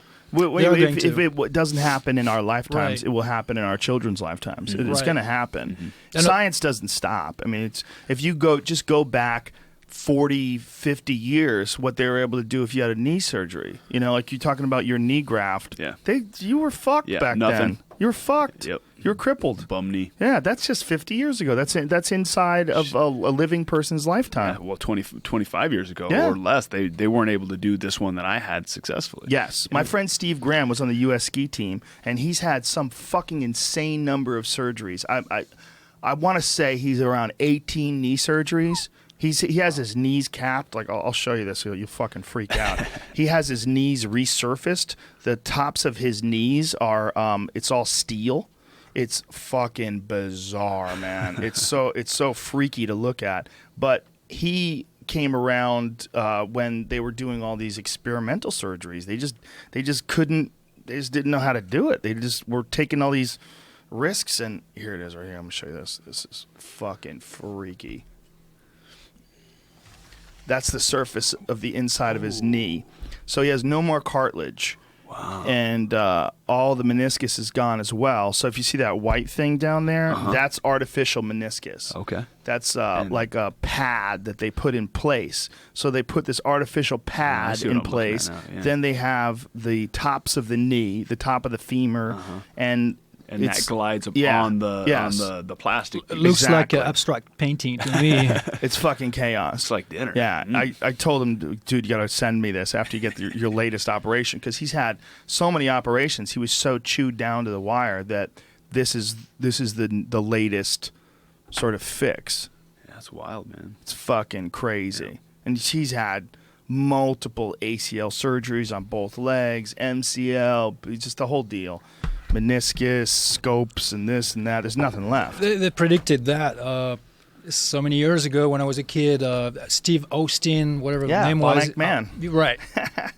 It was fascinating back then. Yeah. We're close to that. I mean, they're putting artificial hips in people and having them being more durable than the natural hips. Yep. They're also using exoskeletons. Yes.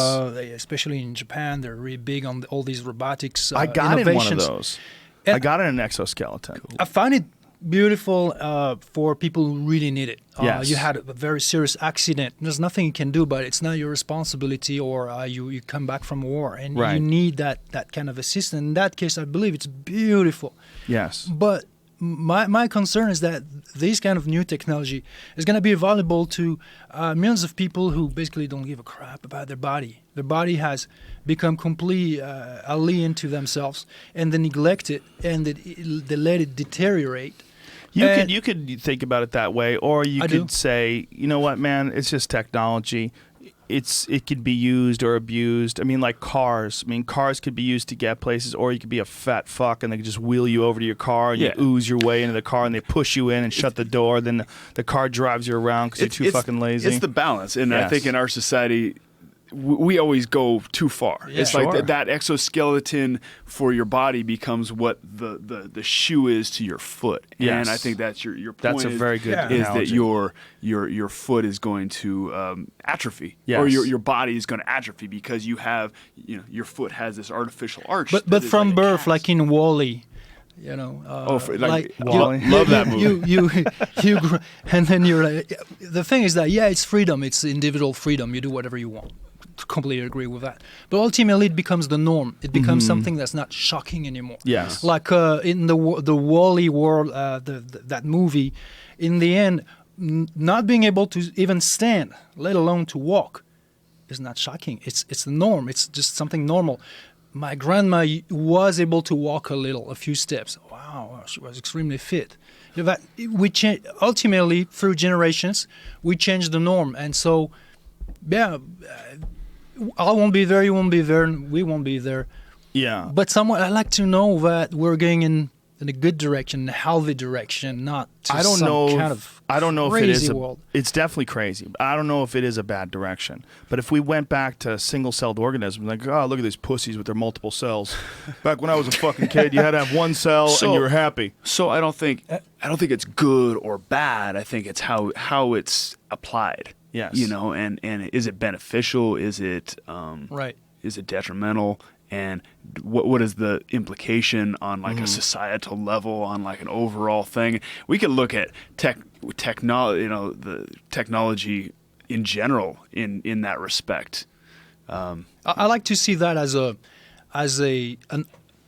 options, as additional benefits to our current society Right. and culture. Means that, let's imagine utopia, like a society where every individual would consider their own health and movement ability as somewhat their personal biological duty. Mm-hmm. So they would really make sure that they stay strong, they stay healthy, they can move, they're in shape, they're sharp physically and mentally. And on top of that, whenever needed, they would punctually and wisely use those technologies. Then that would be an enhanced lifestyle in society.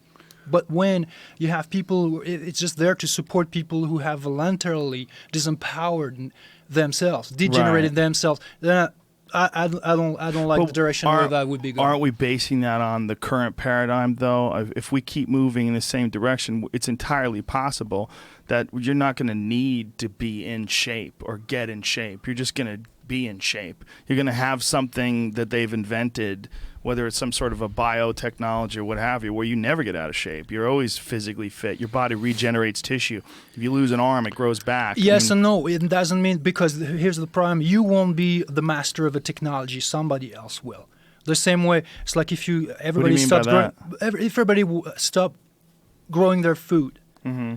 So when you're hungry, you need that food to be delivered to you, to be produced for you. If at some point the production of food is in the hands of very few people, there's no freedom anymore. Okay, I see. so you say, yeah, but it allows you to be always strong, always fit, always healthy. Yeah, but the technology is in the hands of the few people, and when they want to take it back, That sounds like some Illuminati type shit you're talking about here. but it's Yes. it's that you don't have to go into a conspiracy theory to think Right. about are you in control? Is it Yes. something that you can fix yourself, like when you have a car or a bow or something? Can you fix the technology yourself? Does it belong to you? Do you control it or not? I think you're talking about things in a practical sense, and I agree with you. In a practical, sort of a pragmatic approach. Yeah. I'm extrapolating 100 years from now when all it's nonsense, because I'm saying there's going to become a time in the future where there are no natural athletes because there's no natural people. We're we're just a few years away from being symbiotically connected to electronics. Uh-huh. We're pretty close now with phones. You leave the house without your phone, you freak out. Uh-huh. Very few people live without a car. You know, you have your navigation system to get you around. I only remember like 3 or 4 phone numbers now. When I was a kid, I remembered everybody's number. I could be able to call my friends. I could be able to call my house. I fucking barely know my own home number now. So I give someone my cell phone number after think. You know, I have to think about that number. So you do give up some of your control. You give do, up some but of you your get Google. you get all sorts of good shit as well. I think true. And the bad shit that comes with it, Yes. though. Right. So, you know, Yeah. 50 years ago they started, or maybe longer, I don't know, they started making fucking processed foods. And that was like the best thing ever. Oh my God, we don't have to fucking cook our food anymore. We could throw it, you know, we could have it made for us in a factory and we just throw it in the oven and it's done. Yeah. Boom, this is the greatest thing ever. You know, fast forward, 30, 40 years and now we're fat and unhealthy. Yeah. And our trans our, fats, our and national corn syrup GDP, for our healthcare is fucking, or our healthcare cost exceeds our fucking gross domestic product for the fucking United States, and we're just, Yeah. There's good parts of it. Yeah, they probably made food safer in a sense. Less people are dying from fucking listeria outbreaks and that sort of thing. But on the flip side of that, now we're really fucking sick and fat. I 100% agree with you, Carlos, because it's not like you could say, wait, we won't be there when this will happen. There will be some adverse consequences to all this, but we won't see it. No, it's already here. It's already altering people's life today as we speak. The people are listening to us, maybe suffering from this and that. They don't even know why. Mm-hmm. Well, maybe you're surrounded by thousands and thousands of chemicals in all your hygiene products that that you breathe, that go through your pores, that go in your system, that alter your hormonal homeostasis and stuff like that. Mm-hmm. Maybe you're eating GMO. Maybe everything is altered in your day-to-day life, and you see it as something normal. Means you don't see it basically, and it doesn't bother you. You're not conscious of it, but it does bother you in how well you live. Well, and ultimately somebody's profiting off of it. Mm-hmm. Then that's the thing is with any of this stuff. I mean, it will become the norm if somebody's profiting off it. Sure. If they can sell it to you, if they can convince you that this is better, whether it is or whether it's not, but through whatever. They're already selling marketing. Water to us. Maybe they'll sell air to us, pure air. Aren't they in some places? Can't you buy canned air in China? I think they buy canned air with a little mask on it. You suck the canned air and feel I've done that in Japan, air, actually. It's pretty wild. Air. Made my veins blue. What? It was wild, yeah. What? Yeah. Because you had so much pure oxygen. You could get it at like 7-Eleven over there next to this weird squid hot dogs. Whoa. I did an oxygen bar once in Vegas. Remember they used to have those? They're probably still around. I think they do. You put like a little pipe up your nose, and I'm supposed to be like, what am I supposed to be getting out of this? Yeah. It's like one of those oxygen things you see old smokers roll around with. Yeah, totally. And the thing goes up your nose. These little tubes go up your nose. And we're sitting there going, okay, what am I supposed to feel? A sense of euphoria, a lot of extra energy. And the cute chick that works there comes up and rubs your back and does that weird thing on your scalp. And you kind of feel that shit. I felt good. But it would come to your mind to do something like that if you're in the mountain and the air is pure, surrounded by trees. Why on earth would you try to put some whatever oxygen in your brain? You don't need it. Well, that's one of the things that I love about forests and trees is that you can physically feel the difference in the air because trees literally absorb carbon dioxide and express oxygen. Yeah. They produce oxygen, you breathe it in. It feels My better. point is that you need these enhancements when you already live within an environment that is tremendously deteriorated, completely altered. Then you're like, oh my God, I need better air. I need more natural food. I need to try to make my house a bit more complex so that it stimulates my movement and things like that. Right. That's because you're already out of a universally natural environment. Right. Comprising not just where you are, but what you eat, how you breathe, the light, and even your own behaviors, how much you sleep, how you think. All of that is behavior and environment. Right. And all that will impact you positively or not in terms of how you look, how well you perform, how you feel. It all matters. All these variables matter. What is your diet like when you're training? Do you have someone who monitors that stuff? Do you have a dietitian that you work with or anything? So I worked with my Dolce for this last camp, this last cut. I met Mike when my knee was hurt and I was in recovery for that. Was doing some seminars. He was going and doing these talks at some military bases on diet, nutrition, holistic living, and they brought me out as the special guest or whatever, and I spoke on it too. But our philosophies on food and nutrition clicked. I mean, they were pretty much aligned. We have a little bit different approaches. I started learning about nutrition from a strength and conditioning coach when I was about 19 years old. Up to that point, it was whatever. I fucking was eating off the dollar value meal at Wendy's. Really? Yeah. During the time you're like fighting in the WEC or the UFC? No, this was before then. This was I was fighting okay. in like little casinos out in the middle of the desert now in New Mexico and like making $200 for a fight. If you're lucky. At a 400-person venue. So it was like, if I only eat half of this 4-piece nuggets, I'm definitely going to make weight tomorrow.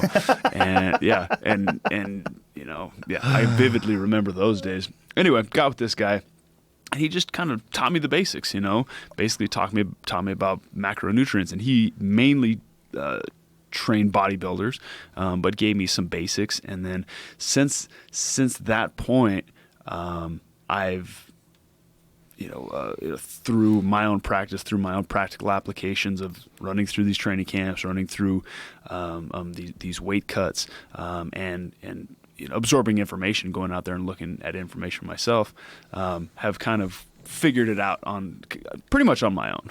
And I cook. I fucking love to cook. That's like my hobby, and so that helps out because I'm cooking as for fun, like kind of as a cathartic thing after I'm training, but it works well because I'm cooking the nutrient dense food that I need to perform and to train and to make weight and to be a high level athlete. I saw that you and Erwan were working on bow hunting exercises. Do you do bow hunting? Yes, I started bow hunting 3 years ago. I have yet to fucking kill anything. I'm very much a novice. Yeah. But I'm learning. And is anybody teaching you? Yeah, I've gone with some guys. Some older guys that are my dad's age. My dad's not an outdoorsman at all. He likes to fish, but he doesn't go farther than about 20 feet away from his car to fish. So all this stuff, Erwan, if you could back that up a bit, please, Jamie, to that bow hunting thing that you just showed. What is involved in these bow hunting exercises that you got them doing? So that was in between the two camps that we did together, and Carlos already knew that he was going to fight Robbie Lawler. Shooting lefty, huh? But it was somewhere. No, actually, right. We were just fucking around both ways. Yeah. Yeah, it was somewhere late September, if I remember well. And New Mexico is the best spot to hunt elk. Next to Colorado. I was like, New Mexico and Colorado are the spots in this country. Yep. New Mexico is the best place to just live. Really? You think? Well, no, let's not Get on say the that. Let's microphone keep a it bit. a secret. Why do you say that? Diego Sanchez lives there? No. Yes! The beauty, the landscapes. But again, it's other people will prefer another place. But there's a certain energy.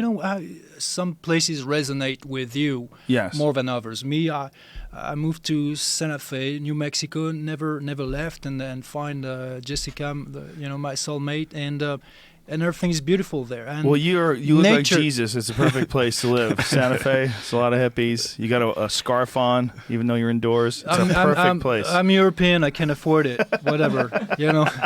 I'm French. So, what do you say to that? Yeah, what do you say to my scarf? Right. Fuck you. But you love New Mexico though. Love New Mexico. I need to get there. I'm a New Mexican now. I can say, really? How long have you been can't there say now? like they say, born here all my life. But yeah, you definitely don't sound like it. No, I have a profound love for this land. There, where I live, it's surrounded by 19 pueblos, so native Indian energy, which I really relate to. And so you can go and see like these ancient sites where they used to live. You can. They still live there in some of them. Oh Whoa. yeah, Straight up. Yeah. right. Like in the mountains, like tucked into the mountains.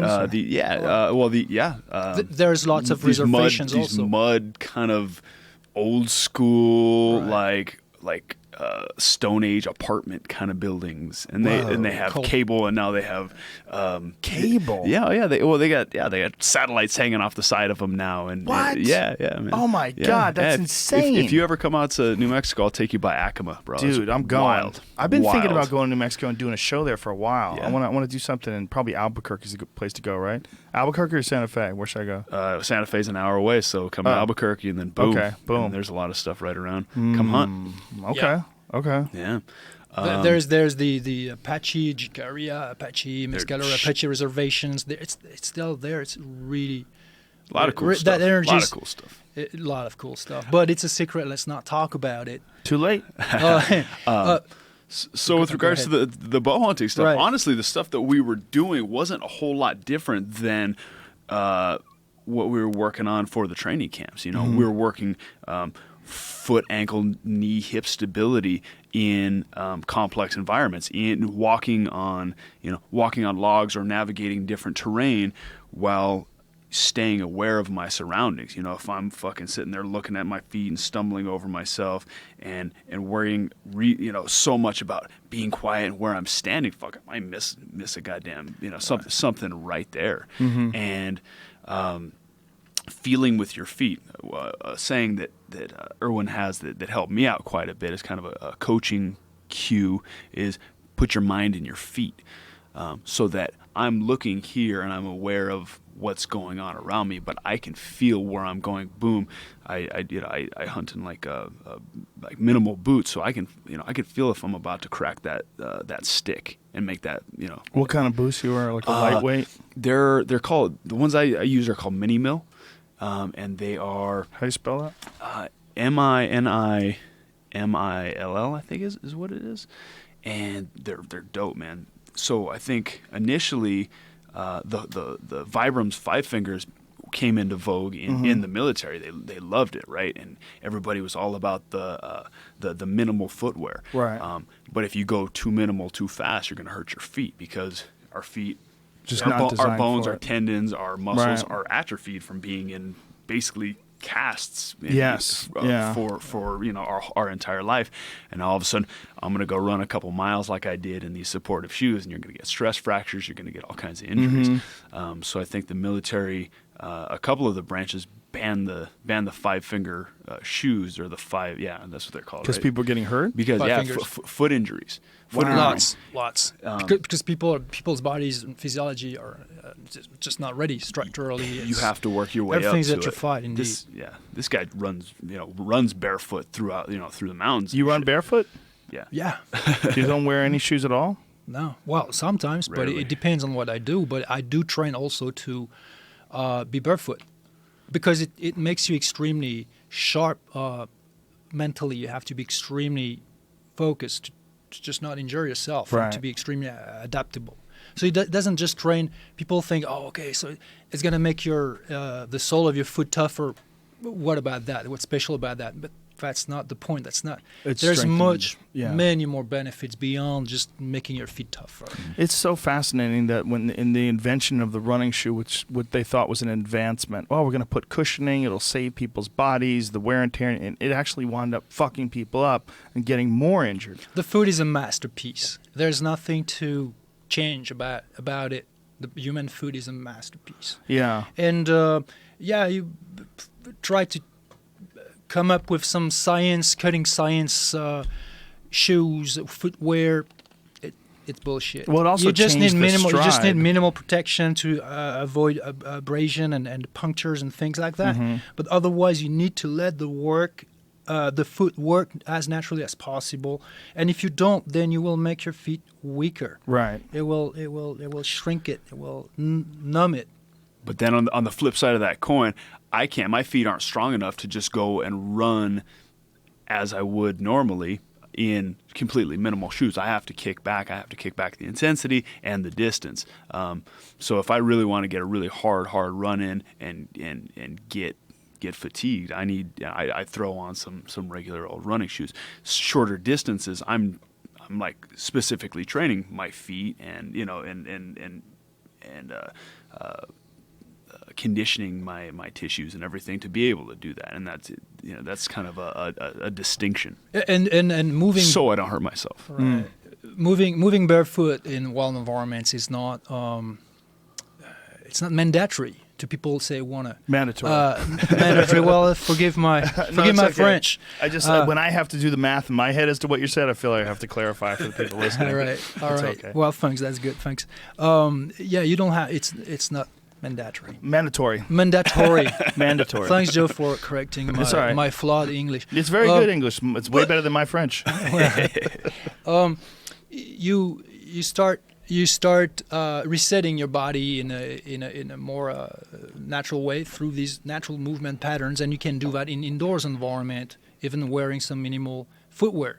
And then you remove the footwear, and then you start to expose the body through this natural movement on more challenging, more complex environments. Ultimately, if you want to, you can go through these more, say, badass trainings where it's like the real deal. You're in the wild. There are maybe cactus and sharp stones and all kind of things, and still you can do that. But that doesn't mean that you have to do that right away or that you ever have to do that. Right. The bow hunting practice was, these balancing movements. The point was not just the movement itself. Is when you move in complex environments, there are also situations. If, for instance, you're hunting, your goal is to catch the game.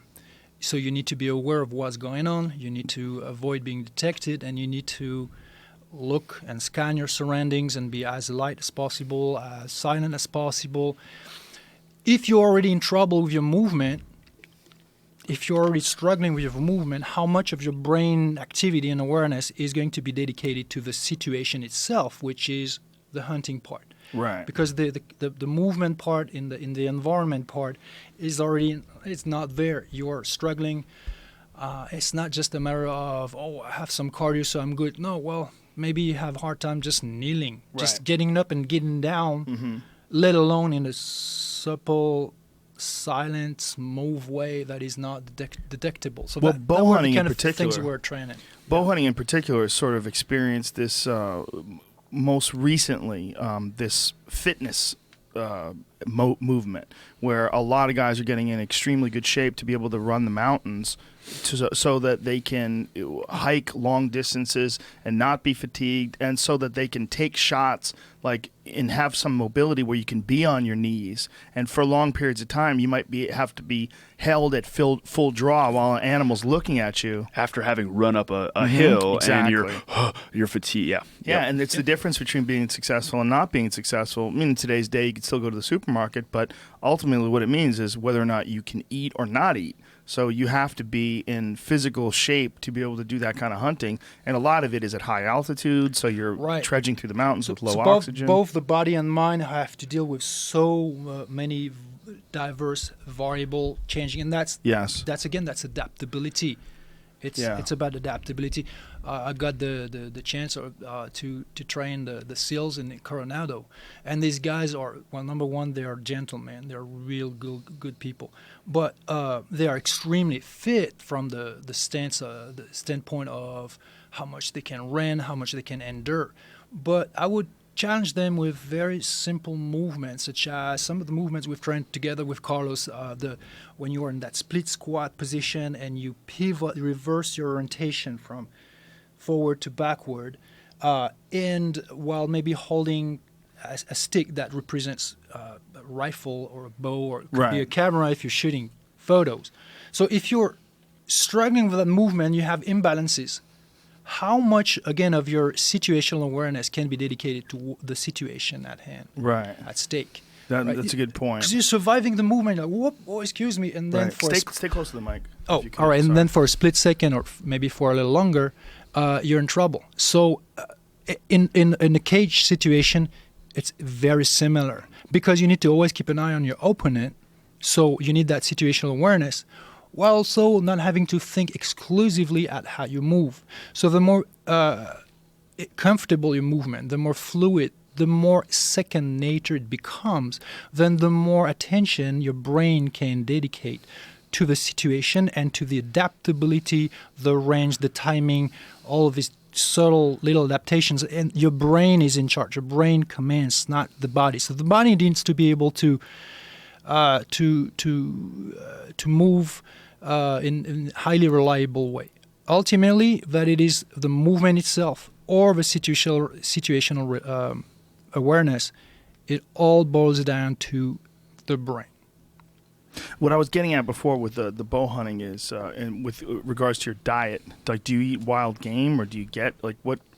I do, yeah. Mainly I eat grass-fed, free-range meats. I get as much wild game as I can. Like I said, I didn't kill anything the last 2 years, but the people that I did go with they harvested elk. So, you know, we all share the meat. So yeah, I eat as much wild game as possible because I feel like that's about as pure as you can get. Yeah, it really is healthy too. When you eat it, it does have like a different effect on your body. You can feel it if you're health conscious and if you're aware of what you're taking in on a regular basis, you're sort of aware of how your body reacts. You'll feel different when you eat wild game. It's just more nutrient dense. Yeah, and there's there's other aspects to it, man. When you see the animal die or you kill the animal, there's just a sense of gratitude, I feel like, for this thing giving its life to nourish your body, as opposed to buying something in a nice little neat package with fucking saran wrap over it. You don't really think that a life was separated to give you to nourish your body. Right. But when you go out and you see it, or it's in front of you, you realize that you're a little bit more connected to what you're putting in your body. And I think that disconnect is a part of the problem with our food, I guess sickness, our food culture that we're experiencing these days. The gratitude is certainly an aspect of it, and also the connection, just an understanding, a real understanding of what happened, how you got there, what this meal is, and it feels better. It feels better to eat it. Yeah. It's a mix of things. You actually feel, as opposed to just not even thinking about it, and just this is awesome. Now, Mike Dolce, you were saying worked with you for this last camp. What was the difference? Like, what different things did you eat, and what approach did you take? Did you do any blood work to examine your nutrient levels? I did not. I didn't do any blood work. The difference was, we didn't change what I was eating. We changed the structure and the timing of when I was eating. I was kind of, I didn't have much of a structure. I was like, I'm eating the right things. I'm good. He's like, okay, well, no, this is how we're gonna do it. We're gonna, you're gonna sit down and you're gonna eat till you're full. Every 3 hours, you're gonna do feedings. You're not gonna kind of snack and graze here and there, which is what I was doing. Dude, it increased my energy levels immensely. Why? How so? In what way? I felt awesome. So I don't know why. I don't know the physiology behind it, but I think it's hormonal. I think so after I would eat these big meals, boom, I would get tired. I would get like a kind of insulin dump, be tired for a little while. But the next time I went to train, like, I just felt like I had more fuel, more energy, more sustenance for these training sessions.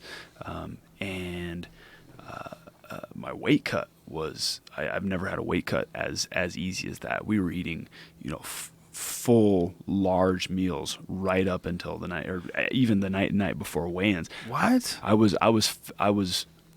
came down so quickly, and I kind of have a weird deal, man. I feel like my body, I've cut weight so many times. I have 40 plus professional fights between kickboxing and MMA, and I think my body just kind of knows. It just drops. Even Mike's like, dude, I've kind of never worked with an athlete that just boom, boom. It's just on a schedule.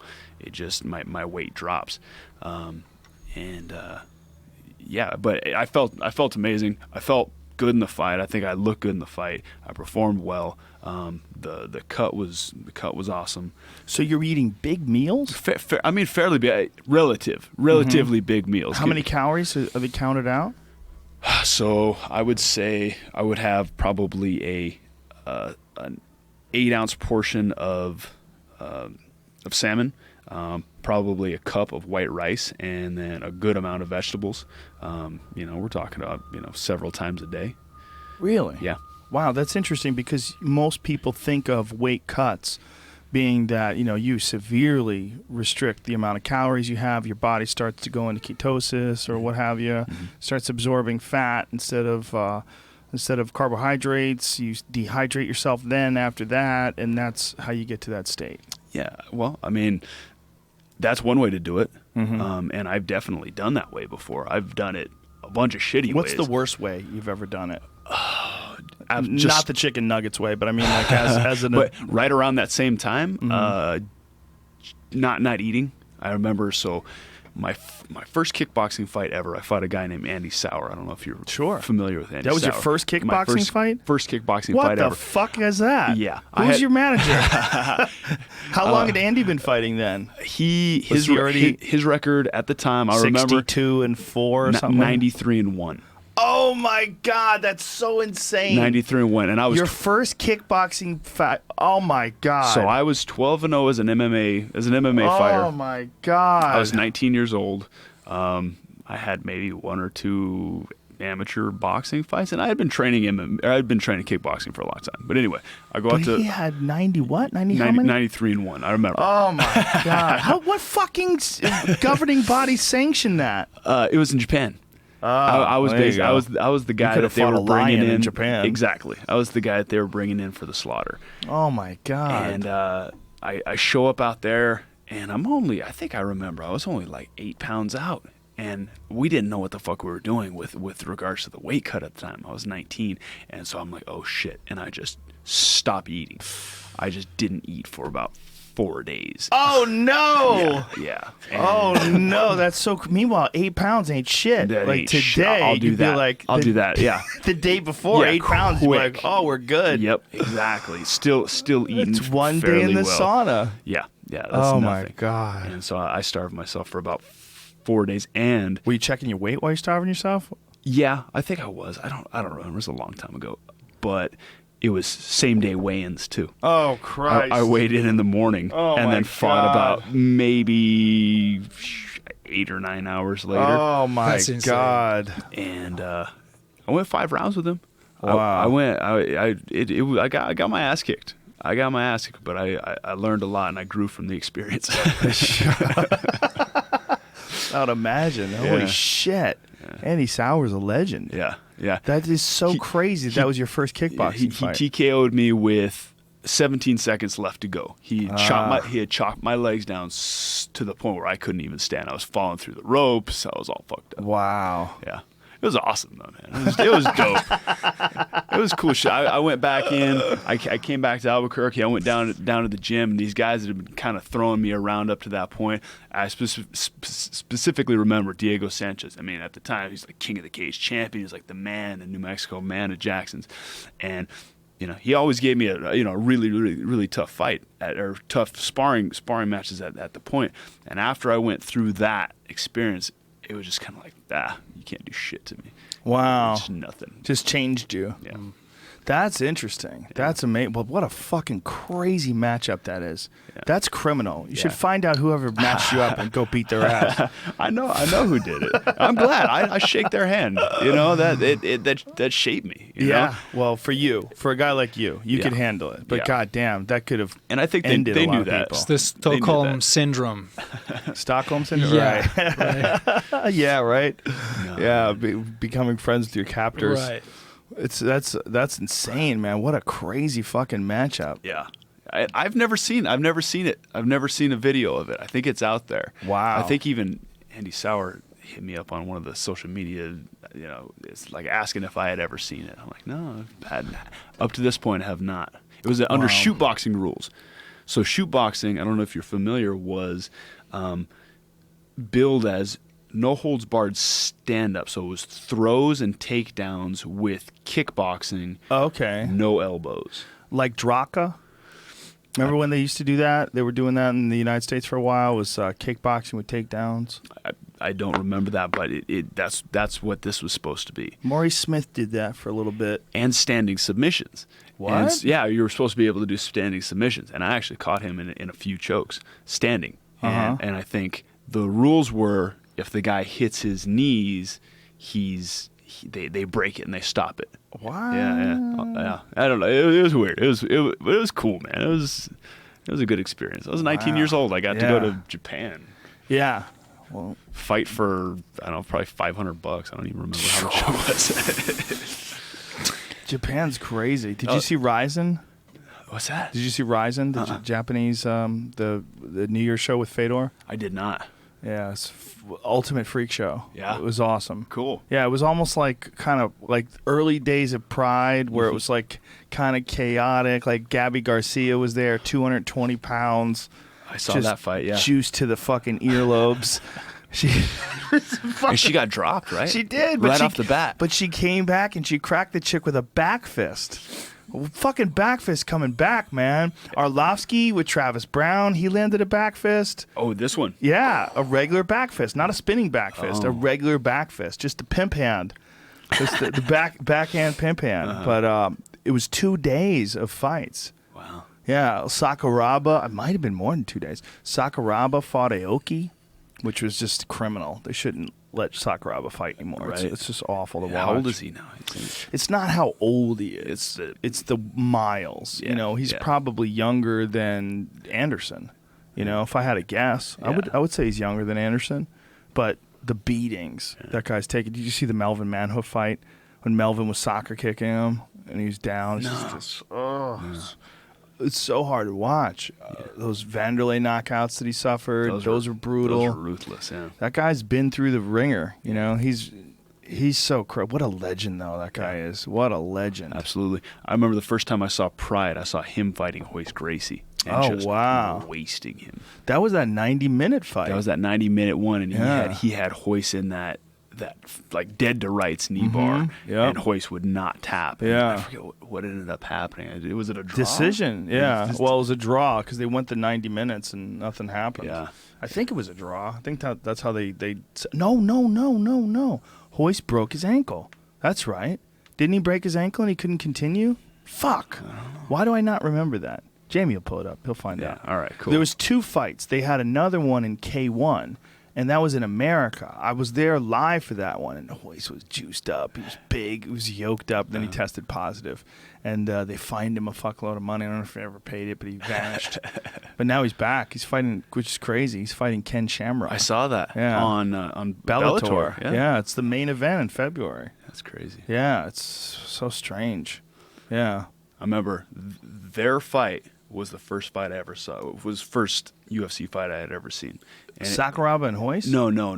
Ken and Hoist? Ken and Hoist. And Wow. Hoist was choked him with his gi. Yeah. And it was wild, man. That was The early days, man. The first fight I ever saw was Orlando Veit versus Remco Pardue. Mm-hmm. When Remco Pardue took him down and elbowed the fuck out of him from side control. He had him like that judo scarf hold. hold. Yeah. Yep. And I remember watching that going, Jesus Christ, what kind of fucking crazy sport is this? And the Pardo guy kind of hits him a few times, and then he kind of he's like surprised that he's knocked out, and he kind of just lets him go. Yeah. The refs at the time would just let them melee each Yeah, other. Oh my Big God. John. Big John was one of the refs back then, which is crazy. You remember when, what the fuck is his name, fought that ninja dude, Pat Smith. Pat Smith fought some dude who was like doing, like, they had his pre-fight video, and his pre-fight video he's doing like ninja techniques and like fucking all this crazy shit that doesn't really work. And then he got in there with Pat Smith, who's a pretty seasoned kickboxer. Yeah. And it was dropping just wicked elbows on him, and like from the mount, and like knocked him out, and then woke him up, and then knocked him out again before the ref stopped. Yeah, well, he got up and it was just a bath of blood. His whole head was essentially opened up.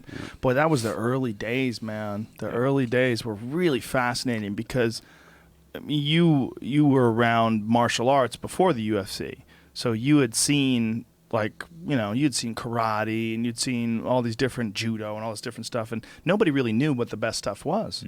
I always knew that wrestlers could take you down. I always knew that was going to be a problem because I wrestled in high school, and I had a good buddy of mine, my friend Steven Arduino, when I was doing Taekwondo and he was wrestling. One of the reasons why I got into wrestling is because I didn't think that he could take me down. Like, we were out in the grass. He's like, I could take you down anytime I want. I'm like, bullshit. He took me down over and over again. I was like, this is crazy. It was so humiliating. Like, he just took me down every time he wanted to. And I was like, this is mad. I got to start wrestling. So I started wrestling. It's one of the reasons why I started. Another one, a dude got me in a headlock and fucking threw me down in the locker room. He could have beat me up, but didn't. I was like, God damn it, I'm fucking frail. So I had to learn wrestling. But I always knew that wrestlers could take you down if they wanted to. But I always felt like a guy who knew a little bit of wrestling, was a good kickboxer, would probably be able to keep the fight standing. But then when Hoist started choking people, I was like, oh no, This is a whole different thing. this is a completely different thing. That guy beat that guy from his back. Who the fuck wins on their back? Like, it was just a whole new element. You know, it's interesting because you've been around from the WEC days, which were when you were the WEC champ. Like it was so small in comparison to what it is now. Mm-hmm. For you to go from that to that last fight against Robbie in Vegas, which was just this massive fucking media event. You're fighting for the world title. You get there, the place is sold out. It's craziness. The roar of the crowd. You know, it's time. And you, like, what a fucking odyssey you've been through in your career. Because you were there sort of when it was kind of just starting to take off. Yeah, I really got in on kind of the ground level.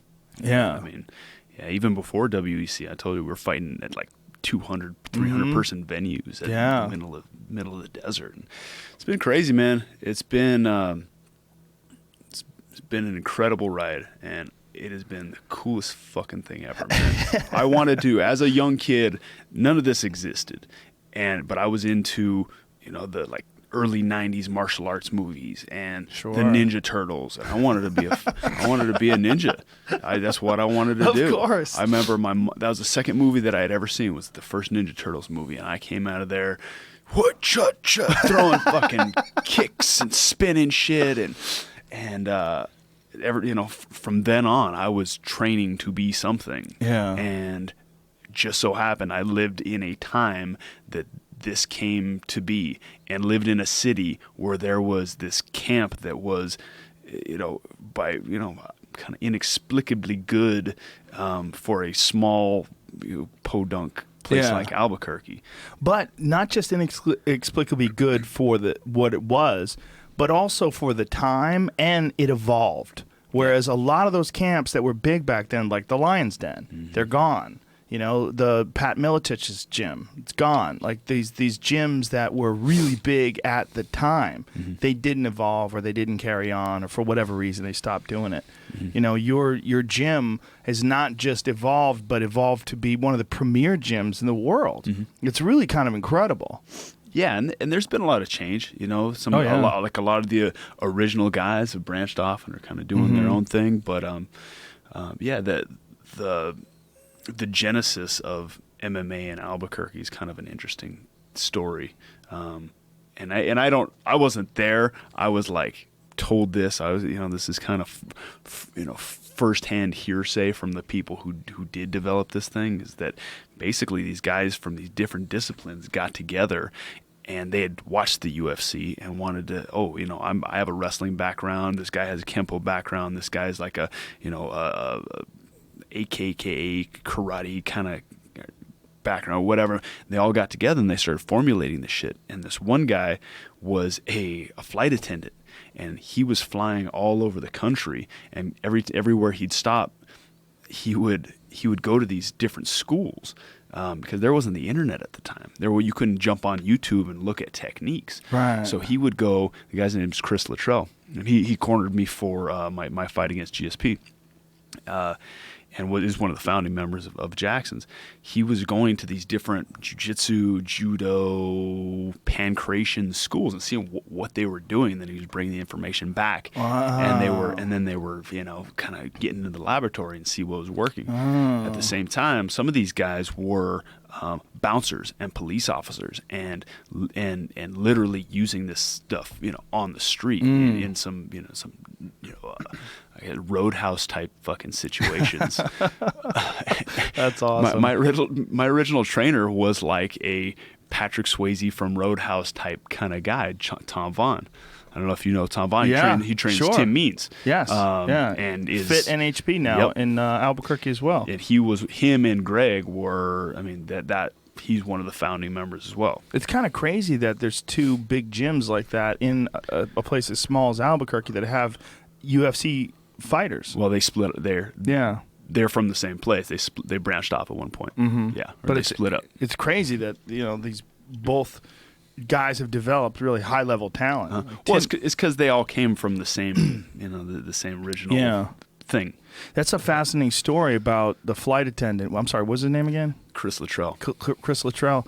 because him traveling and doing that's similar to what Hollis Gracie did. Holes did. Okay. Holes Gracie traveled to America and learned a lot of wrestling shit and learned catch wrestling stuff. That's why the Americana is named the Americana. It's a it really came from American catch wrestling, and they started incorporating into Brazilian Jiu-Jitsu, along with some wrestling techniques and some Sambo. And he learned a bunch of shit, and he was the guy that really was Hickson's mentor. He was the guy that was the head of the family. Before he died, he was the man. And he died in a hang gliding accident in Rio. Yeah, and he was the guy. Like, he was the head of all the others. He was the one alpha of all the grapplers, and he was dedicated to learning and incorporating different techniques. I think, like in any other context, that those who are the most adaptable, most open to change and evolution are those who survive. Look, Sure. I remember Eddie Bravo showing his approach to Rickson Gracie. Gracie. Rickson and Jesus right. Christ. Why is it so hard? Why is it so hard on me? No, I'm not.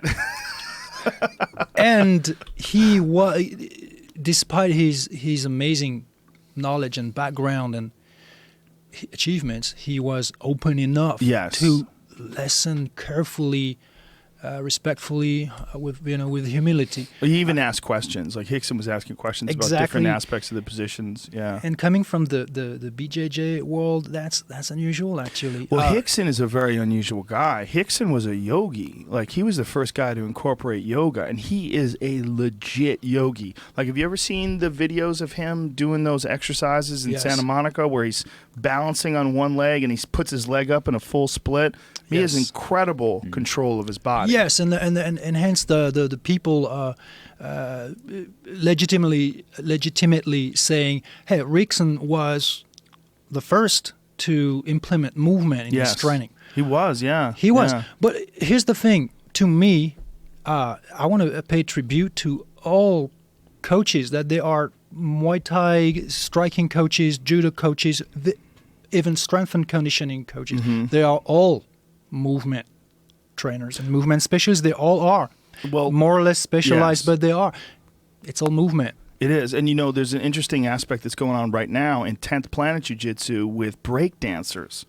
There's a bunch of these guys like Richie Martinez, who was a break dancer, like amazing break dancer, and his brother Gio. These guys, they can do crazy shit with their body. They're standing on one hand and spinning around, and because of that... You have another term, hip-hop. It's a lot about how you control your hips, which is the fundamental of jiu-jitsu. I don't think that's hip-hop. I don't think that's where it's like, because it rhymes. It came from like hip-hop, breakdance, they're different... Sugar Hill Band, hip-hop, hibbity hip-hop. What you don't know, Joe, those guys had incredible movement. They didn't show it much. They had to carry those chains. Their rhymes overshadowed their fucking their stability, their core stability. There's the dance, and then there's the music, and then there's in breakdancing you're gonna use. Look at these guys. You're gonna use your hips like crazy. A lot of those movements are achieved because you have great hip control. In jiu-jitsu, you must have great grip control. Look at this. Hip control. Play that from the beginning, Jamie. Watch what this guy can do. This is just one of the breakdance. Look at he's standing on his fucking head, just his head. But the triangles, control, all sorts of stuff. Absolutely. Well, these guys, when Eddie first started training them and rolling with them, he was amazed at how freakishly strong they were. And, you look at them, they look like regular people. But it's the physical control of their body is just spectacular because of, it's essentially similar to gymnastics in a lot of ways. Like, look at this fucking guy. That's Smeagol level. Oh, my God. But he's at the same time, himself and walking on his hands. This is nuts, man. That is fucking nuts. What's the name of this video, Jamie, so if people are listening, they can watch this? 10th Planet Breakdance Crew Freak Show. Yeah, they all call themselves Freak Show. He's got he owns 10th Planet San Diego. Yeah, is he trying to submit himself? Yeah, it looks like it. Yeah, he can submit himself. There's a couple of those kids that could put themselves in triangles, like legitimately put themselves in triangles. Look at this fucking... Look at this shit. I'm sassing, but I admire at the same time the skill. There's no doubt. There's no doubt. Well, the physical control of the body is just spectacular. Right. And this is the first time I've seen this, but I mean, I can see the application to combat sports. Oh, yeah. immediately. I've rolled with a couple of these guys. They're fucking freaks. Like, you can't hold on to them. They move all over the place, and they can catch you and shit from all sorts of weird angles. Like, look at that. He's on one hand, and he puts his legs in full lotus, standing on one hand, jumping up and down. It's nuts. 10th Planet Jiu-Jitsu is a very explorative, innovative school of jiu-jitsu, and in the game of MMA, those gyms who also are open and collaborative are going to keep themselves, at the upper echelon, and those who don't evolve will disappear, because it is until the methods. The end result is the same. It's the fight. It's fighting, but the methods to get there and to be proficient at it. It boils down to the methods that you use, and with Carlos, there was no resistance when I approached him and started to train. He talked to his coaches about it, and they may not understand right away exactly what it was about or what it was going to bring to his game, but they were at least open to it, and eventually they saw what together we've been able to improve and achieve. And if it didn't have that attitude, then Carlos would have not benefited. Did you contact Jackson and Winklejohn before you worked with Erwan, or did you try it out first and go, hey, I think I'm onto something? I don't know. I don't remember how that worked, but what was really interesting, and Erwan touched on it earlier, was that they saw the same thing. They both watched. So after the widening the stance, and the ability to move forward and back. Me and Greg Jackson sat, and he wanted to watch a couple of my fights, and he wanted to see what we were doing well and what we needed improvement on. Saw a few things, and I started work with Erwan completely independently, and we're walking on logs and this and that, and he's like, well, this is kind of a plan that I have for you, and this is what I see. And it was exactly the same thing that Greg Jackson, who is considered to be one of the most brilliant minds in MMA, saw. Erwan is a movement specialist, and Erwan had a plan and a strategy on how to improve that. What was Jackson's idea of dealing with it? What did he think? Well, he knew what needed to be done. I don't think he necessarily knew how to get there. So he knew that you needed to be able to move in and out better. Yes. But he didn't have any strategy. Yeah, well, I mean, I wouldn't say that he didn't have any strategy. It was kind of, okay, we'll work on that. Let's figure out how to do it. Right. Let's work on that. But maybe just drill it. Yeah, exactly. Drill it. Erwan and I, we videotaped us moving across the same distance, and this dude's fast, man. He's like a fucking deer. He moves really, really, really quickly. He can run, he can jump. Looks like a deer. Yeah, he does. He's got that look in his eyes. I don't find myself in the corner of the wood with me being a so-called deer and this guy with his bow because he shoots like super sharp. Anyway. Threw me so off. Videos, you're going back and forth. Yeah, and so we're looking at we're looking at this stuff in slow mo, frame by frame, where his body position is compared to where mine is, and what's the difference. He's moving faster because boom, he's more upright. He doesn't have so much weight on his front foot that he has to load and take another half second before he springs backwards. Right, and so we're like, boom, that's it. This is what we need to improve on. This is what we need to do. Now we are going to drill it, and there's a variety of different things to kind of instill that the stance and the posture, as on a neuromuscular level. Are you having other fighters approach you now? Not yet, but really. No. After I saw that video, I would imagine the video of you guys training together. I'd be like, here's the thing. I think there is still some probably some skepticism. What's this movement coaching? And right. Like guy looks like if Jesus. the guy doesn't have doesn't look like Jesus, doesn't have a man bun and a suave foreign accent, it's a ripoff. Right. So I think that they don't know exactly what it is about, and they probably believe that it's either it's probably random or. But if you listen to what Carlos says, it was highly specific, because a camp is 3 months. We would train once a week, maybe sometimes twice a week, but that's still a limited amount of time to make those changes happen. So I had to choose my battle, and then I told Carlos, listen, this is what I believe we need to work on and just focus on, and we did that for the first camp, and then the second camp for Lawler was completely different, and highly specific to improving kicking. What were you going to say? You were going to say so we do have some guys that they've been doing this kind of independently. One of the guys, he's a young guy, and they're fighting on like amateur and regional levels. But I have a feeling you're gonna know their names here, in the next couple of years. They're up and coming guys. They're young, like 21, 22, 23-year-old, kind of making their way. One of them has been watching Erwan's videos since he was like 15 years old. He met Erwan. He was all starstruck. Oh my God, this is Erwan Le Corre. How did you even meet?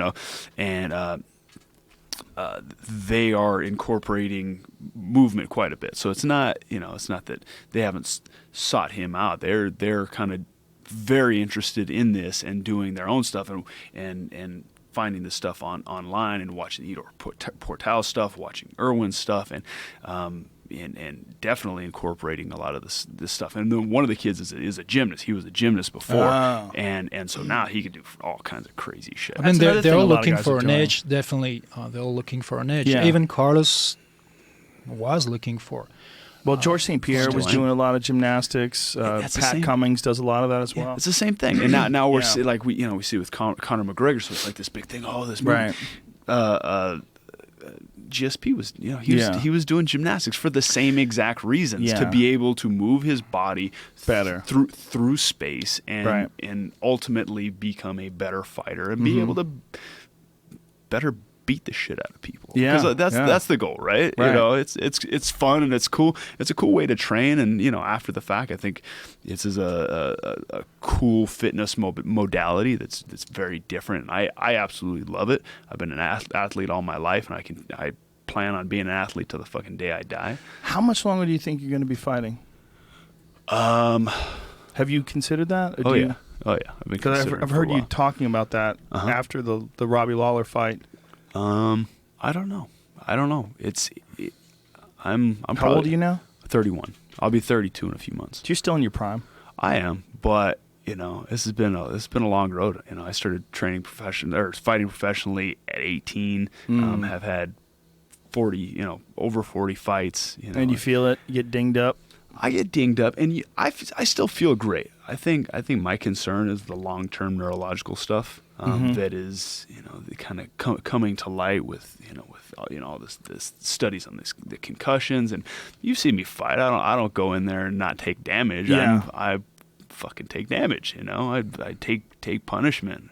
I'll take two to give one, and that's just kind of my style. And well, you didn't fight like that in the Nick Diaz fight. That was like one of the few fights where you didn't fight like that. Yeah.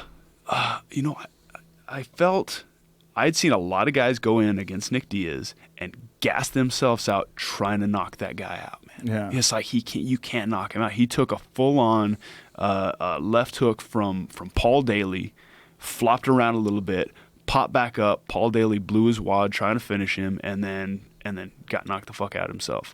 Yeah. And I've seen a lot of guys, hurt him, but he's so goddamn tough. He's so hard to put away. And so, it was more of a calculated approach. As I got flowing later in the fight, I started opening up a little bit. But I think that's what a lot of Nick Diaz's strategy is. He wants to get in your head, and he wants you to fight emotionally. He wants you to sit there and have a face punching competition with him. We're gonna stand here like it's the fucking schoolyard. Was he talking a lot of shit to you? He was, but I knew what he's gonna do. Mm-hmm. I mean, I grew up with dudes like that. My whole life. I was, so I was kind of used to that, and I knew that I was going to have to be emotionally prepared. Yeah, blank. Emotionally kind of shut down and just fight a strategic fucking game plan against the guy. Yeah. It was interesting to watch that fight because he was extremely frustrated by that, and he couldn't get you to change, Whereas he's been able to like fuck with guys' heads. Like the Frank Shamrock fight, like you could see Frank Shamrock going, I can't fucking believe this is happening to me. Like when Nick was talking shit to him, like, what, bitch, what? And then popping him with a jab. You could see, like, for some people, that shit talking becomes overwhelming with Nick. Yeah. Yeah. You know what's funny is both me and Cowboy fought the Diaz brothers within a few weeks of each other, right? Cowboy lost to Nate, and I fought Nick just a few weeks later. And in preparation for both of our camps, we were switching roles and both fighting southpaw and both fighting. You know, like one round I would fight southpaw and talk a bunch of shit and try to get, you know, try to emulate the Diaz style, and then the next round he would do the same. Did you yell out, Stockton, motherfucker, 209? I did my best impression. That reminds me of a Buddhist monk drill where they're all in their meditation posture and they partner up, and the other guy is like trying to instigate them and, you know, talk crap to them to have them get out of their meditation. That's the drill. Well, there's very definitely similar. something to that. I mean, if you're not used to people that talk shit, when someone talks shit to you, it can be like emotionally devastating. Like, what? What's happening here? Yeah. But if you're used to be like, fuck you, I've Yeah. heard this shit, you know, it becomes normal. Yeah. You know? I mean, I tried to explain that to fighters when they deal with online criticism as well. Like, I've talked to guys who would go on like the underground and see like some shit that people are talking about them and just be fucking devastated and get so upset.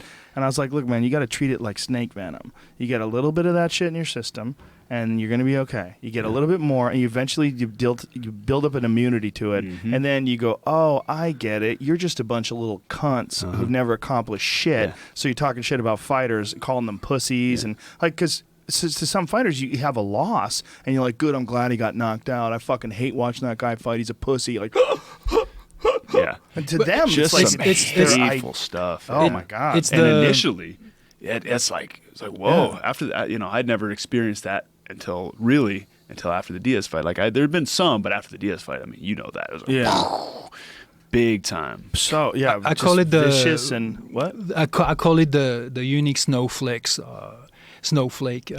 syndrome. Like you're told since you're a kid, you're a unique snowflake, but the problem is that they can't stand the heat. Does that make sense? Who are you talking about though? I lost you. Who is the unique snowflake? The person talking shit or the fighter? Whoever is like being told all the time, hey, it's okay to be different or it's okay to be this and that. But the problem is that sometimes you do need to hear stuff about yourself that is challenging and to take it. Yeah. To not crumble. To not crumble. Necessarily, including no, you criticism. need to hear it. I mean, I would appreciate. I mean, man, it's hard because I like both ways. I kind of love like Nate Diaz punching Michael Johnson in the face and then pointing at him. I just fucked you up. Like, it's funny. You know, when Anderson fought Nick and Nick laid down on his back and pretended he was sleeping for a second, I was fucking crying It was laughing. I hilarious. love it. When Conor McGregor talks mad shit to Jose Aldo for months till he just rents space in his head to the point where Aldo he literally can't fight his fight. He has to run at Conor because he's just so overwhelmed with emotion, and then Conor sleeps him. You know what I mean? I like both, but I prefer in a perfect world, I prefer martial artists. I prefer guys who go out there, treat each other with respect, shake each other's hands, and then just go at it. Agreed. Just let their skill take it. But it's an effective tactic. To these fighters, it's part of their weapons. It fucking It's works. not something outside their game. It's completely embedded in their whole game. Oh yeah. Well, it's also It a lot makes of sense. fighters define themselves by respect, by how much someone respects them, and how much like to a fighter when someone's not scared of them, it becomes a very devastating thing. Like I remember when Anderson fought Chris Weidman, when Weidman and Anderson were at the weigh-ins, and Anderson's staring at him, looking at him, and Weidman goes, I'm not scared of you, dude. I'm not scared of you. And you could see Anderson was like, shit, this guy really isn't fucking scared of me. Like you could see there was a tangible moment where this guy wasn't pretending he wasn't scared. He just literally wasn't scared. And you That- could feel it. That similar situation at the weigh-ins with Ronda Rousey and Holly Holm. Yes. Same thing, and I Yes. felt like that was a precursor to what ended up happening. Well, the big part was when Holly didn't flinch. Exactly. When Ronda was yelling at her, you fake bitch, you know, you preacher's daughter, all this stuff, and she wrote all this stuff on Instagram about her, and Holly's just standing there. And then when I interviewed Holly afterwards, she goes, well, I was just trying to get a sip of water. And you realize, like, whoa, this girl's so fucking composed. Like, so composed. Yeah. And also, she had been to so many dances. Yeah. She'd fought for so many boxing titles and kickboxing and MMA. She'd been in so many dances that the bright lights weren't an uncomfortable thing to her. She's like, okay, we're here again. You know, whereas for a lot of people, it's like, whoa, this is the big show. Holy shit, I can't believe I'm here. Yep. Absolutely. You know, being overwhelmed by the moment is almost something that you can't prepare for. It seems to me that for a lot of people, some people just naturally can deal with moments. And some people, they have to experience it a couple times to get loose. They got to get comfortable with it. And then they have to, like some people, like Cowboy's a perfect example. He fights his best when he fights a lot. He's got to fight all the time. He fights 3-4 times a year, and then you're going to get the best Cowboy you can get. But you make him take a year off or take a long time off, and he's much better when he's active. Yeah, he's got to stay loose and lubed up, and you know, fired up. And that fight with Tim Means is going to be fucking crazy. Yeah. When they announced that, I went, whoa. Yeah. Why did Cowboy decide to take that fight? Because he doesn't like cutting weight? I have no idea. I don't know. I haven't talked to Cowboy about it. I mean, I said, hey, what's up? You know, we didn't really talk about the fight at all. Well, he's so crazy. You could probably offer him Brock Lesnar. He'd look, come on, bring it on. Oh, for sure. Let's fucking do it. That's it. That's why. It's because he's Cowboy. Yeah, he's just nuts, man. Yeah. Yeah, he's a fun dude, man. Yeah, absolutely. Fun to watch fight. And fuck, he's either on or he's off. Yeah. Unfortunately. Well, I don't even necessarily know if it wasn't that he was not on. It's that Dos Anjos is a fucking demon. Yeah, he just jumps all over you. He's a demon. Did that to him. Did that to Pettis. Yeah, man. Nobody's done that to Pettis, man. Dude. But he's just so fucking fat. And again, he's a guy who trains with Nick Curson. And Nick Curson's gotten doing all these plyometrics and jumps and sprints and foot strengthening stuff. You ever seen that stuff where they're lying on their back and their feet are pushing up these bars and they're kicking up these bars and catching them with their feet and exploding with their feet? I saw the video before the Cowboy fight. Yeah, it's all based on Marv Marinovich's training strategies. Yeah. That's the same sort of shit that he used with BJ Penn. Really, it's really interesting. I remember that. I remember watching that, and BJ was standing on the tennis balls and all that sort of thing. Yeah. You know, I very think, similar. Yeah, very similar. And it's, you know, it's all very similar, kind of different ways, different branches. methods. Yeah. But it's all kind of, you know, it's all this, you know, the same goal. So what's next for you now? Do you hang back for a while? You had a brutal, crazy 5-round war for the title where it was as close as you're ever going to fucking get. I mean, a lot of people saw it your way. A lot of people saw it Robbie's way. It was just that close. Split decision. What do you do now? I'd like another shot at Robbie. You know, I felt like I won the fight. And like you said, it was a razor close decision. Could have gone either way. MMA judging is subjective. You know, the scoring system's so fucking crazy too. It is absolutely it's just nuts that we're still using that 10-point must system. Yeah. It doesn't apply very well to MMA, No. and that's proven over and over again. I mean, I'd like another shot at Robbie. I feel like I should have the belt right now. But it seems like Tyron Woodley's next, right? I mean, at least he was sort of promised that based on the Hendricks fight where Hendricks didn't make weight, and it seems like that's what's probably being set up. But you never know with the UFC. I mean, Miesha Tate was supposed to fight Ronda. If she beat, was it Jessica Ai? Is that who it was? I don't even remember. I think that's who it was. And then they decided no. So it's interesting because the UFC kind of decides to call the shots. Has anybody talked to you about whether or not they would do that again? I think it's definitely a possibility. I think the first fight, they made that fight because that was the fight that people wanted to see among any of the contenders. That was the one that got everybody excited. Right. That was the one. And a rematch of that fight? Oh yeah. Come on now. Well, I think as far as public interest, that would be the biggest fight out there. Yeah. But I feel like I just hate when someone gets promised something. Yeah. You know, and I would feel the same way if it was you. Like Tyron Woodley get promised that title fight. If he beat Hendricks fucks up and doesn't make weight, and the fights off, and then Woodley's sort of left out to dry. I feel for him. Yeah, you know, no, and I do too. And shit, you know, I have a loss to Woodley. I mean, and that, you know, that's definitely on my radar to avenge that loss.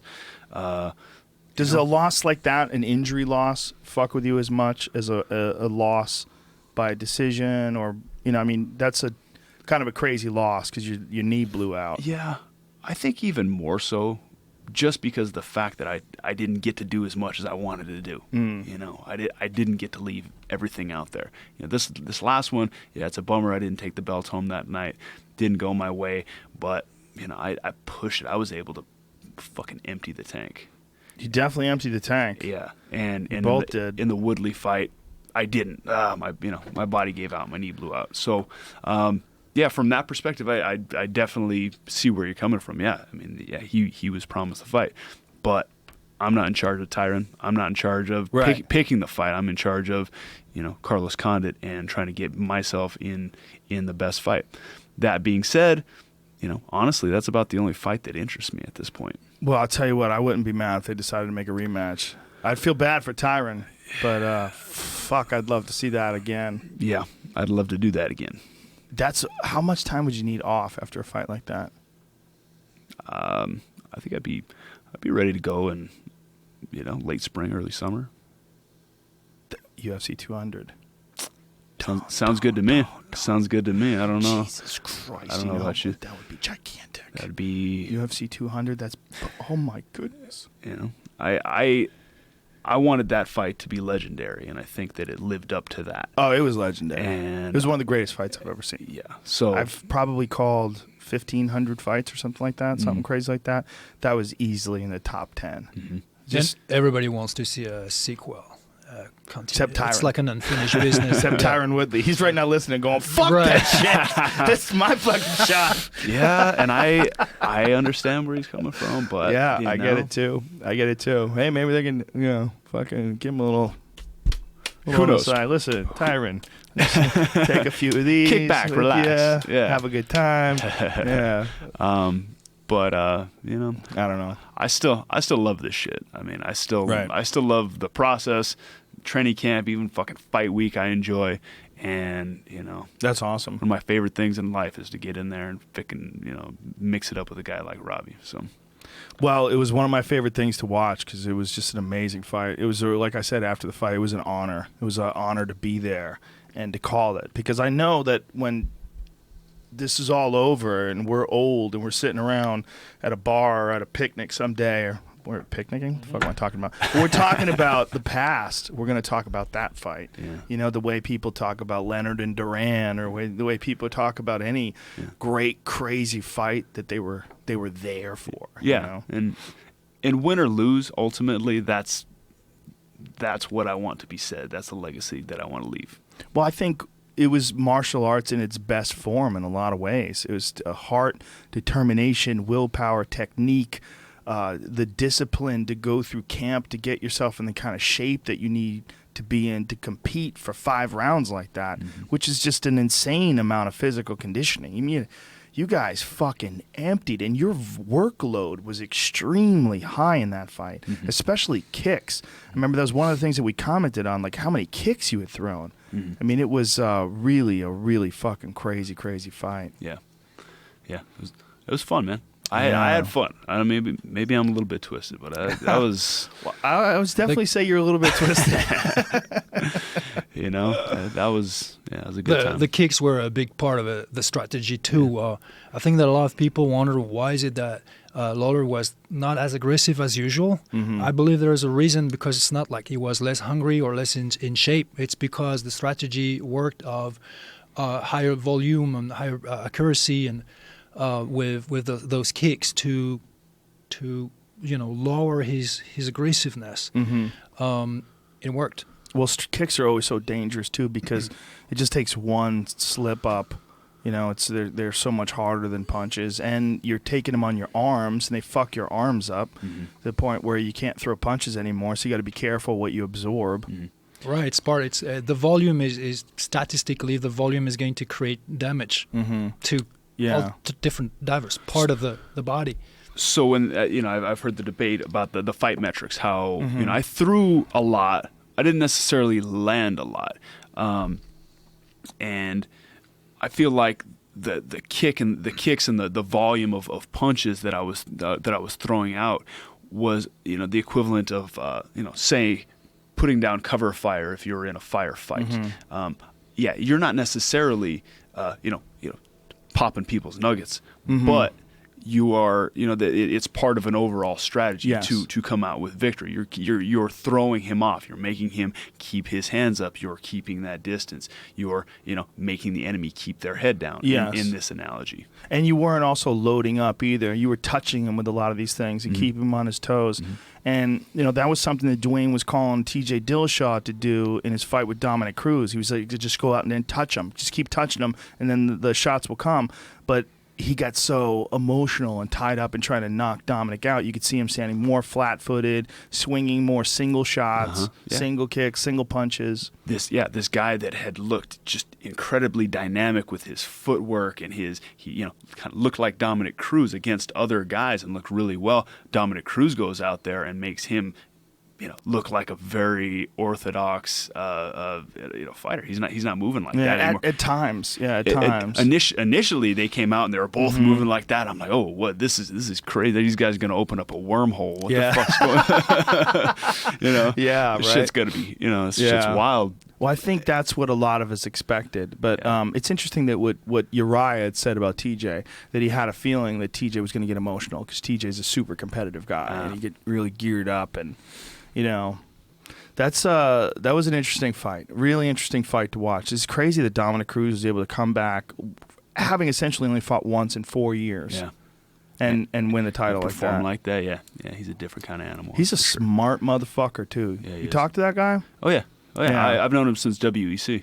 I listened to his analysis of fights, like when he talks about like what mistakes guys make and things guys are doing right and correctly and what they need to do. And, you realize like he's operating on a very, very high level. Oh, yeah. Very high level. Absolutely. And that's probably part of why he was able to come back and compete at the level that he did. Yeah. Because he was sitting there, analyzing this. They talk about you can sit there and do repetitions of a kick or a technique, 100 times, but it's almost the same thing neurologically to visualize yourself doing that. They say that visual training is very similar and almost as effective as actually doing it. Yes. So I wonder if there's kind of a correlation there. I would imagine there is. Well, he's interesting in a way also because he says that there's no such thing as octagon rust. Like I asked him about, and he's like, it's not real. Octagon is mental weakness. If he believes that, it's true. But when you watch the fight, it certainly looked true. I mean, he didn't look rusty at all. It was just fucking kind of nuts. I think that's the thing. It's a belief thing. Yeah. He's not going to let that not for one second hinder him. Yeah. I agree with Carlos because in the absence of actual movement training due to his injury, it's very likely that he was still visualizing every day his movements and therefore using his brain to keep practicing the movements even though the body could not follow at that during that time. Do you examine Dominic's footwork? Do you examine guys that are fighting? Do you watch different guys' movements? And it's close to perfection in easy using a particular technique, yes, but also most importantly, it's all about his alertness and responsiveness and timing. And that again, it's not how much your body can do, it's how much your mind is able to operate your body to achieve that. Yeah. So you need a brain that is extremely sharp. Well, I was super impressed with him, but one of the things that I thought of when I watched that fight is, goddamn, how good is Mighty Mouse? You got to take a leak? Is that what's going on? Yeah, let's just wrap this fucker up. We did almost 3 hours. But listen, thank you very much. It was awesome. Thank you, Erwan. Really appreciate it. Thanks, Joe. So your Twitter handle is there's MovNat, N-A-T. Right. MovNat. MovNat. And then there's also yours, which is just Erwan Le Corre. Erwan Le Corre. MovNat.com. And you can find it on my Twitter page because I tweeted it today. All right. And Carlos, it's Carlos Condit. Yep. And MovNat.com, MovNat, MovNat.com. MovNat. Thank you, brother. Really appreciate Absolutely, it. man. This was awesome. It's Really been a appreciate Thank you it, so guys. much, Thank Joe. you. All right, folks. We'll be back tomorrow with the guys from Cowspiracy. Holy shit. Here we go.